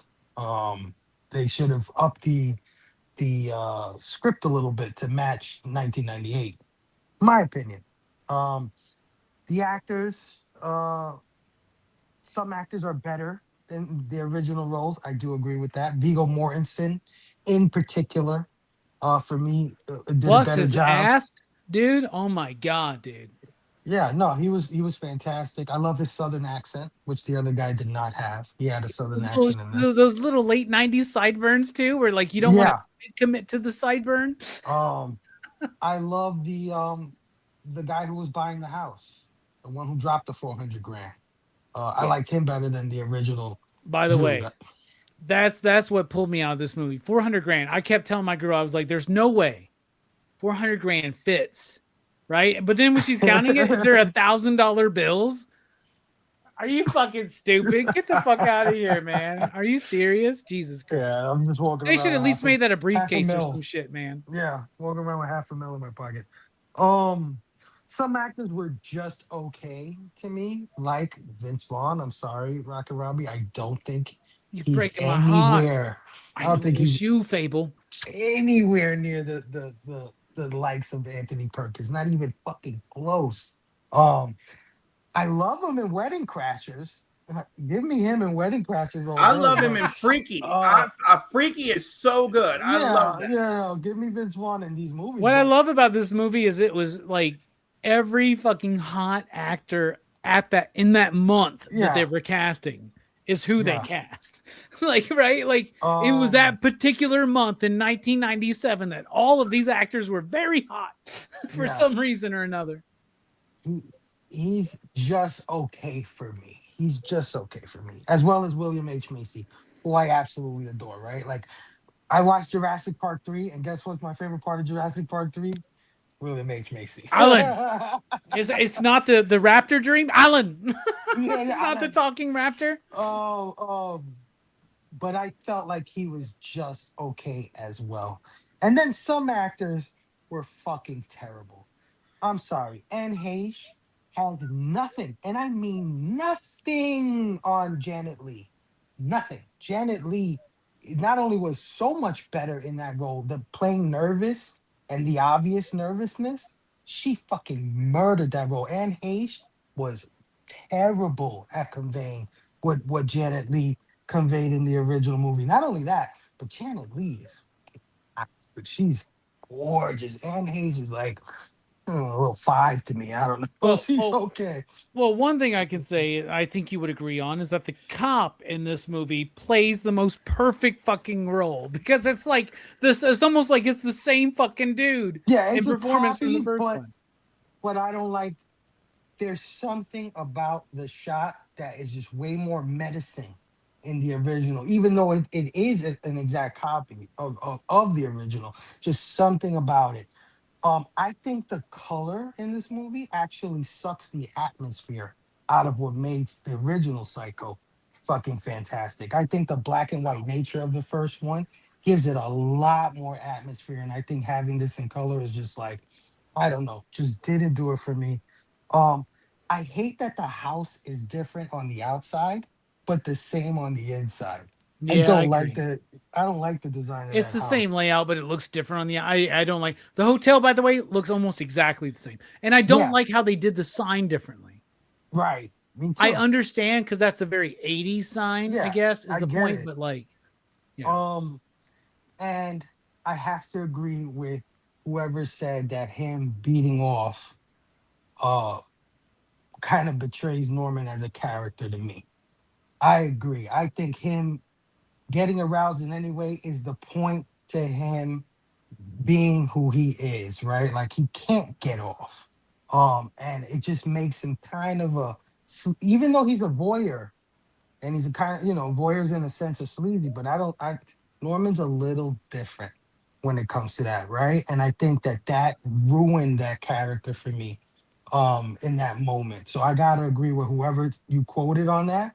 I think that was the perfect way to say it, because I would have never articulated it that way. So I agree with that assessment. I immediately jumped out to me when I saw him beating off. I said, "He beating off? What the fuck?" I think if Hitchcock could have gotten away with it, that was what he was intended to be doing in Maybe, that bit. maybe, I but think I it's the don't know. release and the shame that comes after it. It makes sense to me, man. There's too many. There's too many. We've already seen 4 Psycho movies where that's just not the case. He's about to do that, and then it's like, mom's coming out. That's it. Mom's out. You can't do that. So it betrays him a little bit in a sense. If I'm comparing it to the other movies, you know what I'm What if saying? To this what came motherfucker before. edges himself every night and then he's never fucking actually came in his life, Um, dude? When he finally does come, it's going to be like in Scary Movie where he like blasts that woman to the fucking ceiling. Do you remember that shit? Yeah, that's what's Yeah, going yeah, to happen. the geyser. but It's not yeah. good to keep that shit pin up, y'all. It's This, not. this It's is not. a You this got to is a release it. whole why you did this. What's the point? I don't get it. To me, it's a cash grab. I know what we can do. Let's introduce this to a whole new audience, but the whole new audience should be going back to Psycho, because Psycho is perfect. You know what I mean? You don't need to update everything, especially in these times, like in modern times, with our 4K transfers and things looking as crispy as they possibly can. And we just talked about the original Psycho looking so fucking gorgeous, even today. 50, 60-year-old movie, maybe more. I don't know how old it is, but with modern technology, man, these movies that were modern in their day can now be time capsules, right? Like they can just be period pieces now. Like we talk about Back to the Future. I don't think never, ever even attempt to try to remake it. And they're trying. They're waiting till Robert Zemeckis dies. They're waiting till Bob Gill dies to do that. And they refuse. And I agree. Why not have a movie be set in 1985? Like, let's go back to the 80s. This is a movie that is in the 80s. So I agree. I feel the same way about Psycho. Like, Psycho is a movie of its time. It captures its time very well. We talked about all the faux pas of the 60s and why it was so important to that movie. So to me, this is a nothing burger. I'm gonna give this. I'm giving this a 2, guys. I'm sorry. I gotta go 2 on this. All right, this is where me and you part ways tonight. This is just and this is it. Anne Heche, I'm sorry. She's no Janet Leigh. Not even close, bro. That's But all right. anyway. I'm just saying, like I like her performance. I mean, Fable. It's so. I can't wait to talk about it because one thing I'm going to say is one of the things that I like about this movie is that Anne Heche is capable of making this character her own. And I feel like everyone else is caught in a trap.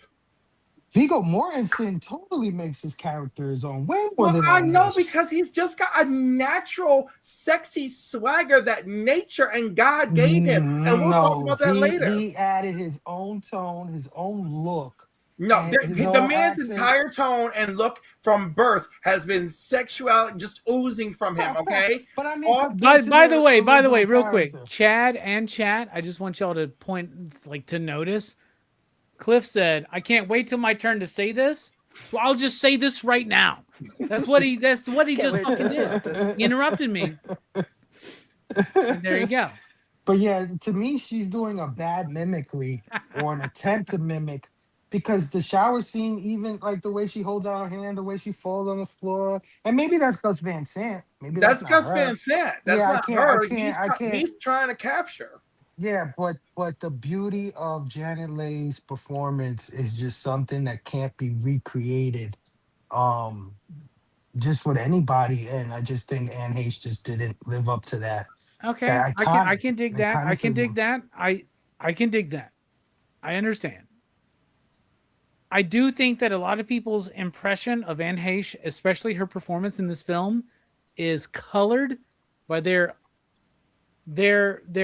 idea of who she is and all the other I'm shit. gonna tell you, in my case, throw that out the window, because I don't even know who this lady is. I probably remember her from 2 other movies. I don't care about her personal life or what she did in real life. My wife just told me that she died in a car crash, and I was like, "Oh, she's dead." I didn't even know that, dude. So no, that's not my case. I'm just purely from the art form. Yeah, no. Okay, nowhere near the okay, original. that's fine. That's fine. I love Yeah. how I'm very offended that I gave a movie a 3 and you gave it a 2, right? Not that big. But It's you not knew like that was gonna happen. You knew it. You said I knew this it. was I a knew good it. I knew it. conversation. Now, Yeah. let's see if Chad disappoints Let's me. see what Chad says. Yeah. Chad, what do you think about Psycho 1998? And do Do not you suck want- up, man. Do not suck up. Do you He's want very honesty? authentic. Yeah, I was gonna say. Do you want me to kiss your ass? Honesty. No, I didn't make this fucking film. You wouldn't be kissing my ass, bro. Yeah, but you're getting offended. People have done that. Just kidding. It's been way worse, bro. You should watch Funhouse. Oh man. Yeah. So I had a hard time watching it. Just because a few days earlier I had watched the original again. And then it says, shot for shot. So in my head, I have a photographic memory. I'm basically comparing that movie to the original in my head. Yeah, it just doesn't cut the mustard to me. Some of the performances were better. Some of the style was a little bit better, a little more exciting. But to me, it was such a mishmash of things. Like, stylistically, I was like, what time era are we in? Like Fable was saying, when she goes back into the office, her fellow secretary there is talking like she's in the 60s. She's got a 60s dress on, It's talking the same about dialogue, dude. It's Yeah, the same exactly. Dialogue. Who says tranquilizers in 1998 looks and talks like that with her dress on. Like, even some of the scenery, like the cars weren't exactly 1998. Like, it looked dated. And then some of it was very modern. Like, when she came in with the Walkman on her head, I was like, what? Like, what time era are we in? And then you go in the back room, his back room, and some of it is like 60s Western stuff, and some of it is like 90s stuff. So I don't know. It confused me, stylistically wise. Vince Vaughn, I thought was flat for me. Like, he did not have the nuance that Anthony Perkins did. Like, the parlor scene was my favorite scene in Psycho 1. And that was just flat to me in that scene with him. Get the fuck Like, out of here, Chad. That was like one of my favorite parts in this movie too. I thought it was so good.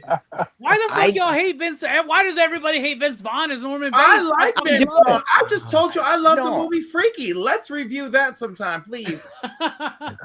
You're trying to recreate a classic that's already perfect, and But he I does it totally agree differently. with Chad. That's what. This feels Chad, like an go ahead, Chad. I'm off-Broadway- sorry. This feels like an off-Broadway performance, like Psycho the play. That's what it feels like to me. He handles the Anyway, my bad, nervousness so Chad. well, dude. When he does that laugh, bruh. Oh my god. Valley I don't know. Central School District presents Psycho the musical this Friday, Saturday, and Sunday. Come support your children. I didn't think it was bad, right? I didn't think it was terrible. I wasn't scoffing at it or anything, but I just compared to Anthony Perkins, like it just was not the same. The same thing with Anne Heche. Janet Leigh had this like sultry thing going on, and I do not get that from Anne Heche. Like, and she's not bad looking. It's not that I'm not attracted to her or anything, right? She doesn't ooze that like sexuality to her. She didn't have the same energy, like the same kind of regal movements, and it was just a little bit flatter to me. I thought William H. Macy did a good job, but again, with his attire, kind of made it throwback to like 50s and 60s, even some of the way he was talking. And then the scene where he dies going, falling back from the stairs, I was like, even for 98, that's kind of bad looking, like green screen behind him. I fucking love that shot, Chad, just so you know. Chad. Never I coming love back, that they Chad. give William H. Macy like 2 extra slashes across the face too. that big one right down, and that look of surprise on his face. Like, oh. I love it. I feel like that's what it feels like if you are the one falling down a flight of stairs. You're like, notice in every one of these movies, somebody falls off those fucking stairs in a very awkward way. Yeah. like, nobody falls down those stairs in a normal ass way. I don't know what that means, a normal way to fall downstairs. Never done it myself, so. Shit, and 4, he fell off sideways through the rail. That's right, yeah. And then dragged to the basement. So yeah. All in all, I want to watch it again, right? Maybe in a little while, and try to view it as its own film. Like, I think that is kind of what's holding me back, is the entire time I was comparing it to the original. But as of right now, I'm going to give it a 2.5. Sorry, All Robbie, we'll have to. It's all right. You're right in the middle of me and Fable. That's cool. And here's the thing. I think I've watched it enough that, like, I'm just so happy we live in a world where this happened and I get to watch this fucking movie. Because, like, I feel like in no other reality in the multiverse does this movie exist. We're the one, dude. Like, we're the one. Like, that's what makes our reality different than every other multiverse, is that we have Psycho with Vince Vaughn. That's what I think. Hey, I'll give you that it's better than RoboCop and Total Recall remakes. I'll give you that. Yeah. So- Okay. All right. I'll take that. Give you that. I'll take what I can get right now. Cliff, I need a little backup. What do you think about 1998's? Oh, I don't know if I'm here to give you backup. I mean, so I felt that. So strike one, going into color from black and white, we lose mood, we lose texture, we lose suspense, right? The 98 version is like too clean looking when it shouldn't be, right? I think Gus could have done something here by doing black and white again. I feel like we could have gone down that road. All right. Now, Anthony Perkins is shy, awkward, boyish, and disarming. Vince Vaughn is aggressive, obviously creepy, and less sympathetic right off the bat. Does it make him a less interesting antagonist? No. Does it make you go, man, this man is red flags upon arrival. Why are you getting that fucking car and keep going? So that was a little bit of a problem for me because, like, I think like Vince Vaughn delivered too much on that. The shower scene, we've got like the structure, but now we've got storm clouds and faster cuts, and A sheep. yeah, it became gimmicky over shocking. So that was another strike. Then the voyeurism, right? Like the original, it's implied. This one just spells it out. He's watching, he's jerking off, there's sexual tension, and like, yes, that could really go either way. But I feel like the quiet luridness of the original worked more, and here that's quickly lost. It's like 95% shot for shot. But the pacing is different. I've noticed that. And it's just a guttural feeling of something is off, right? And so yeah, they upped the voyeurism, but now it's like a little more explicit and less psychological. So like, and then the original got to shock audiences by breaking the rules. You killed your lead 45 minutes in, right? And for a lot of people seeing this version, that's happening, so that's not helping you here. The shots don't copy timing. That's off. The cultural impact is wildly. He should have done something here. I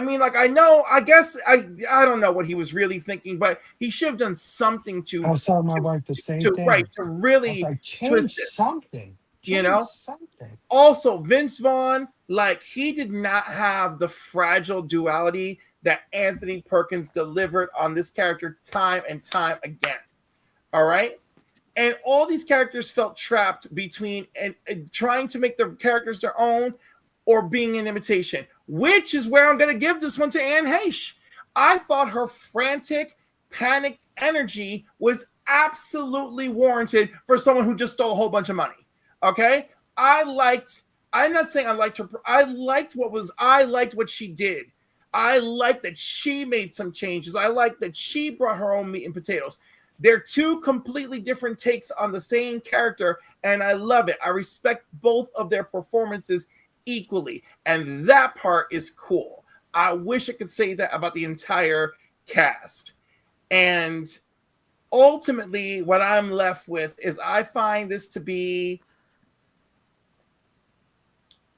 a very interesting experiment of a film. And also that, you can copy a blueprint, but you cannot copy the soul of the architect. That's what I'm going at here. And some people say that's why Gus did this movie. That could be true. Point. Everything I read about him doing this movie is as disjointed as watching the film feels. It's like, what was he really up to? He said this to this person, and rumor has it he said this to that person, and rumor has it this, and rumor has it that. And I'm like, I don't know. I was like, maybe half of that is true because this movie is all over the place. I wish that Vince Vaughn had done a better job of introducing Norman to us, because I think all the creepiness and everything that he had really worked for later in the film, but just doesn't work because it's too immediate, right? He's too weird in the parlor scene. That's crazy to me because like I love his performance in the parlor scene. I think that's the strongest bit in the movie. But you, Robbie, you tell me. You just call me Rocky? Yes, you know I did. We're gonna call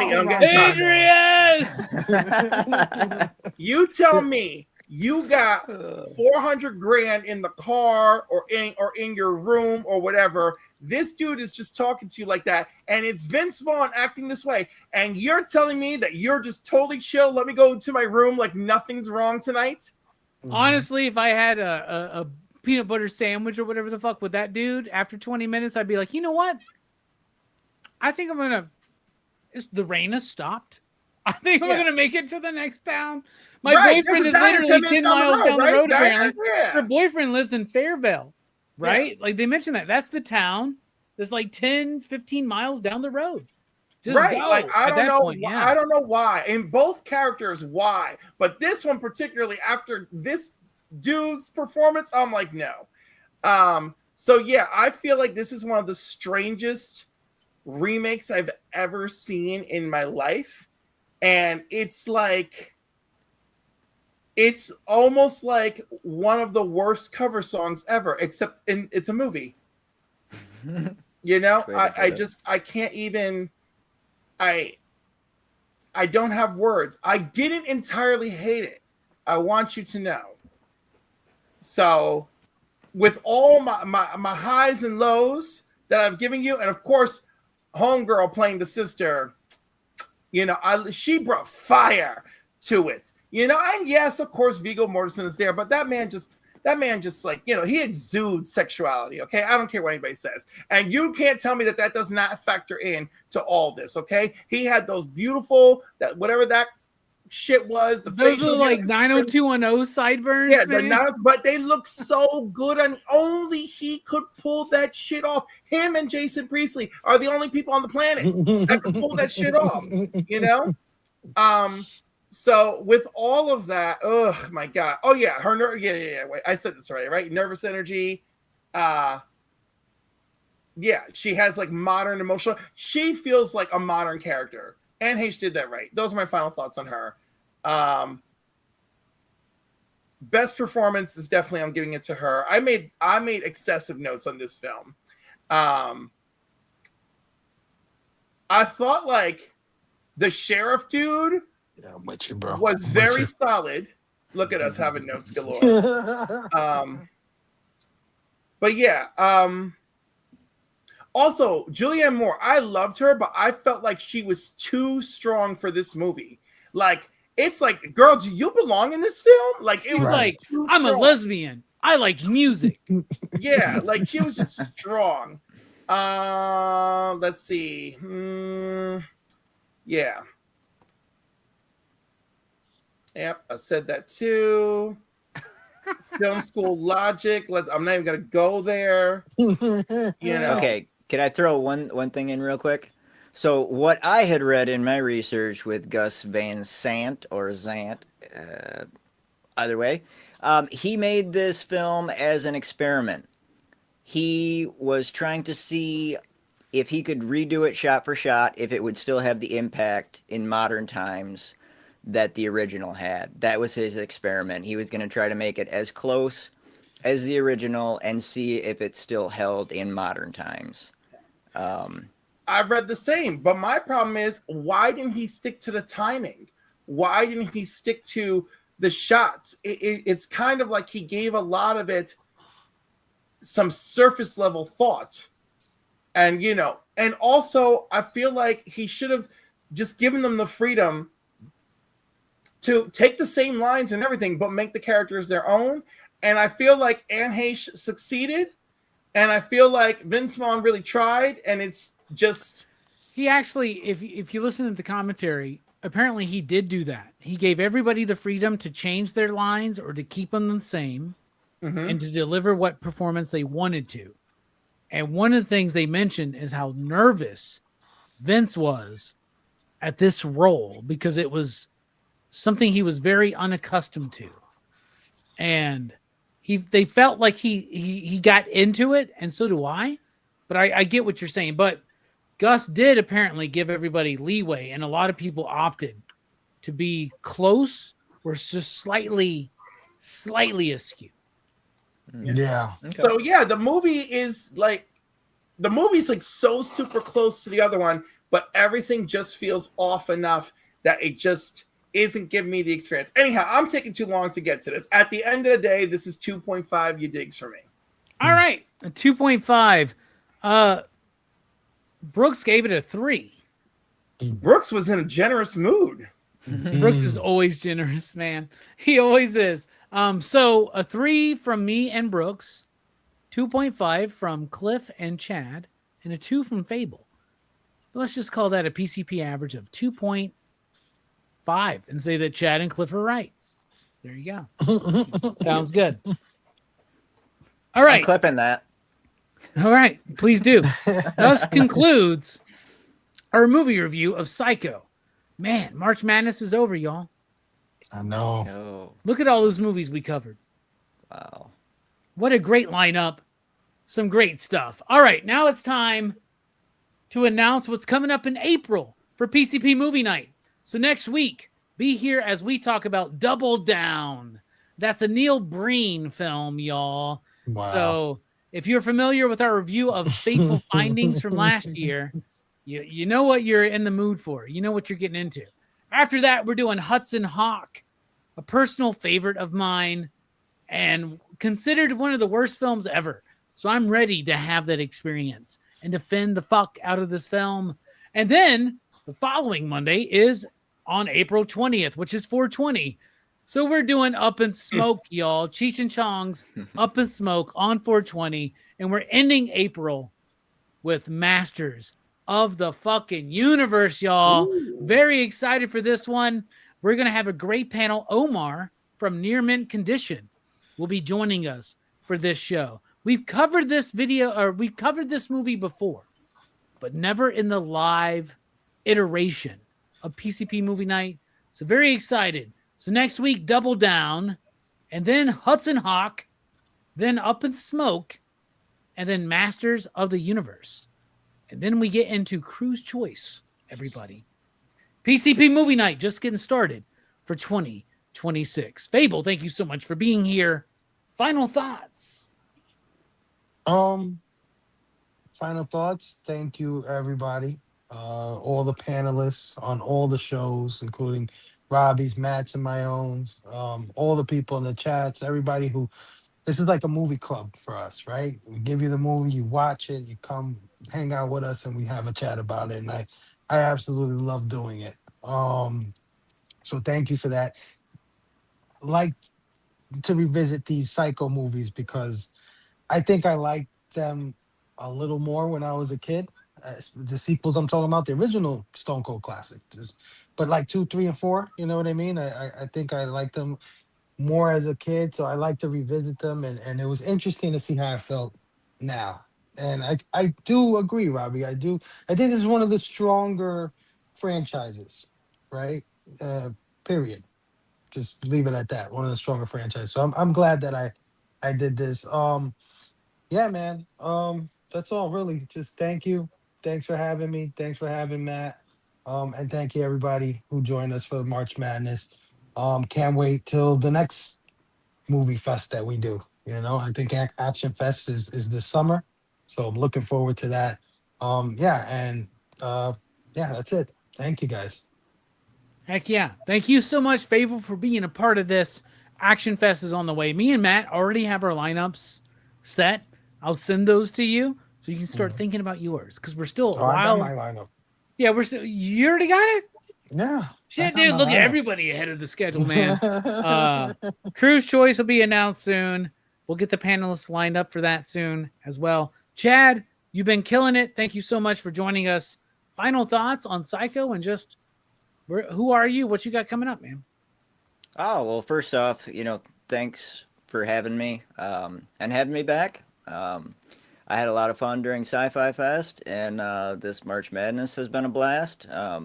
Through yours and Fables and Matt's as well. I've got to do quite a few of these. I've had a blast, man.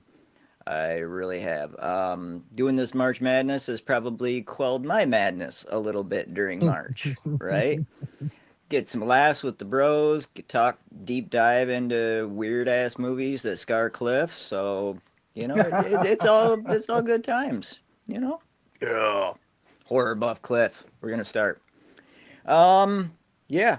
So I had a blast. Thank you. I hope I'll be back for some in the future. And let's see, coming up, I think I'll be on Matt's channel Wednesday for what is it? Way of the Dragon.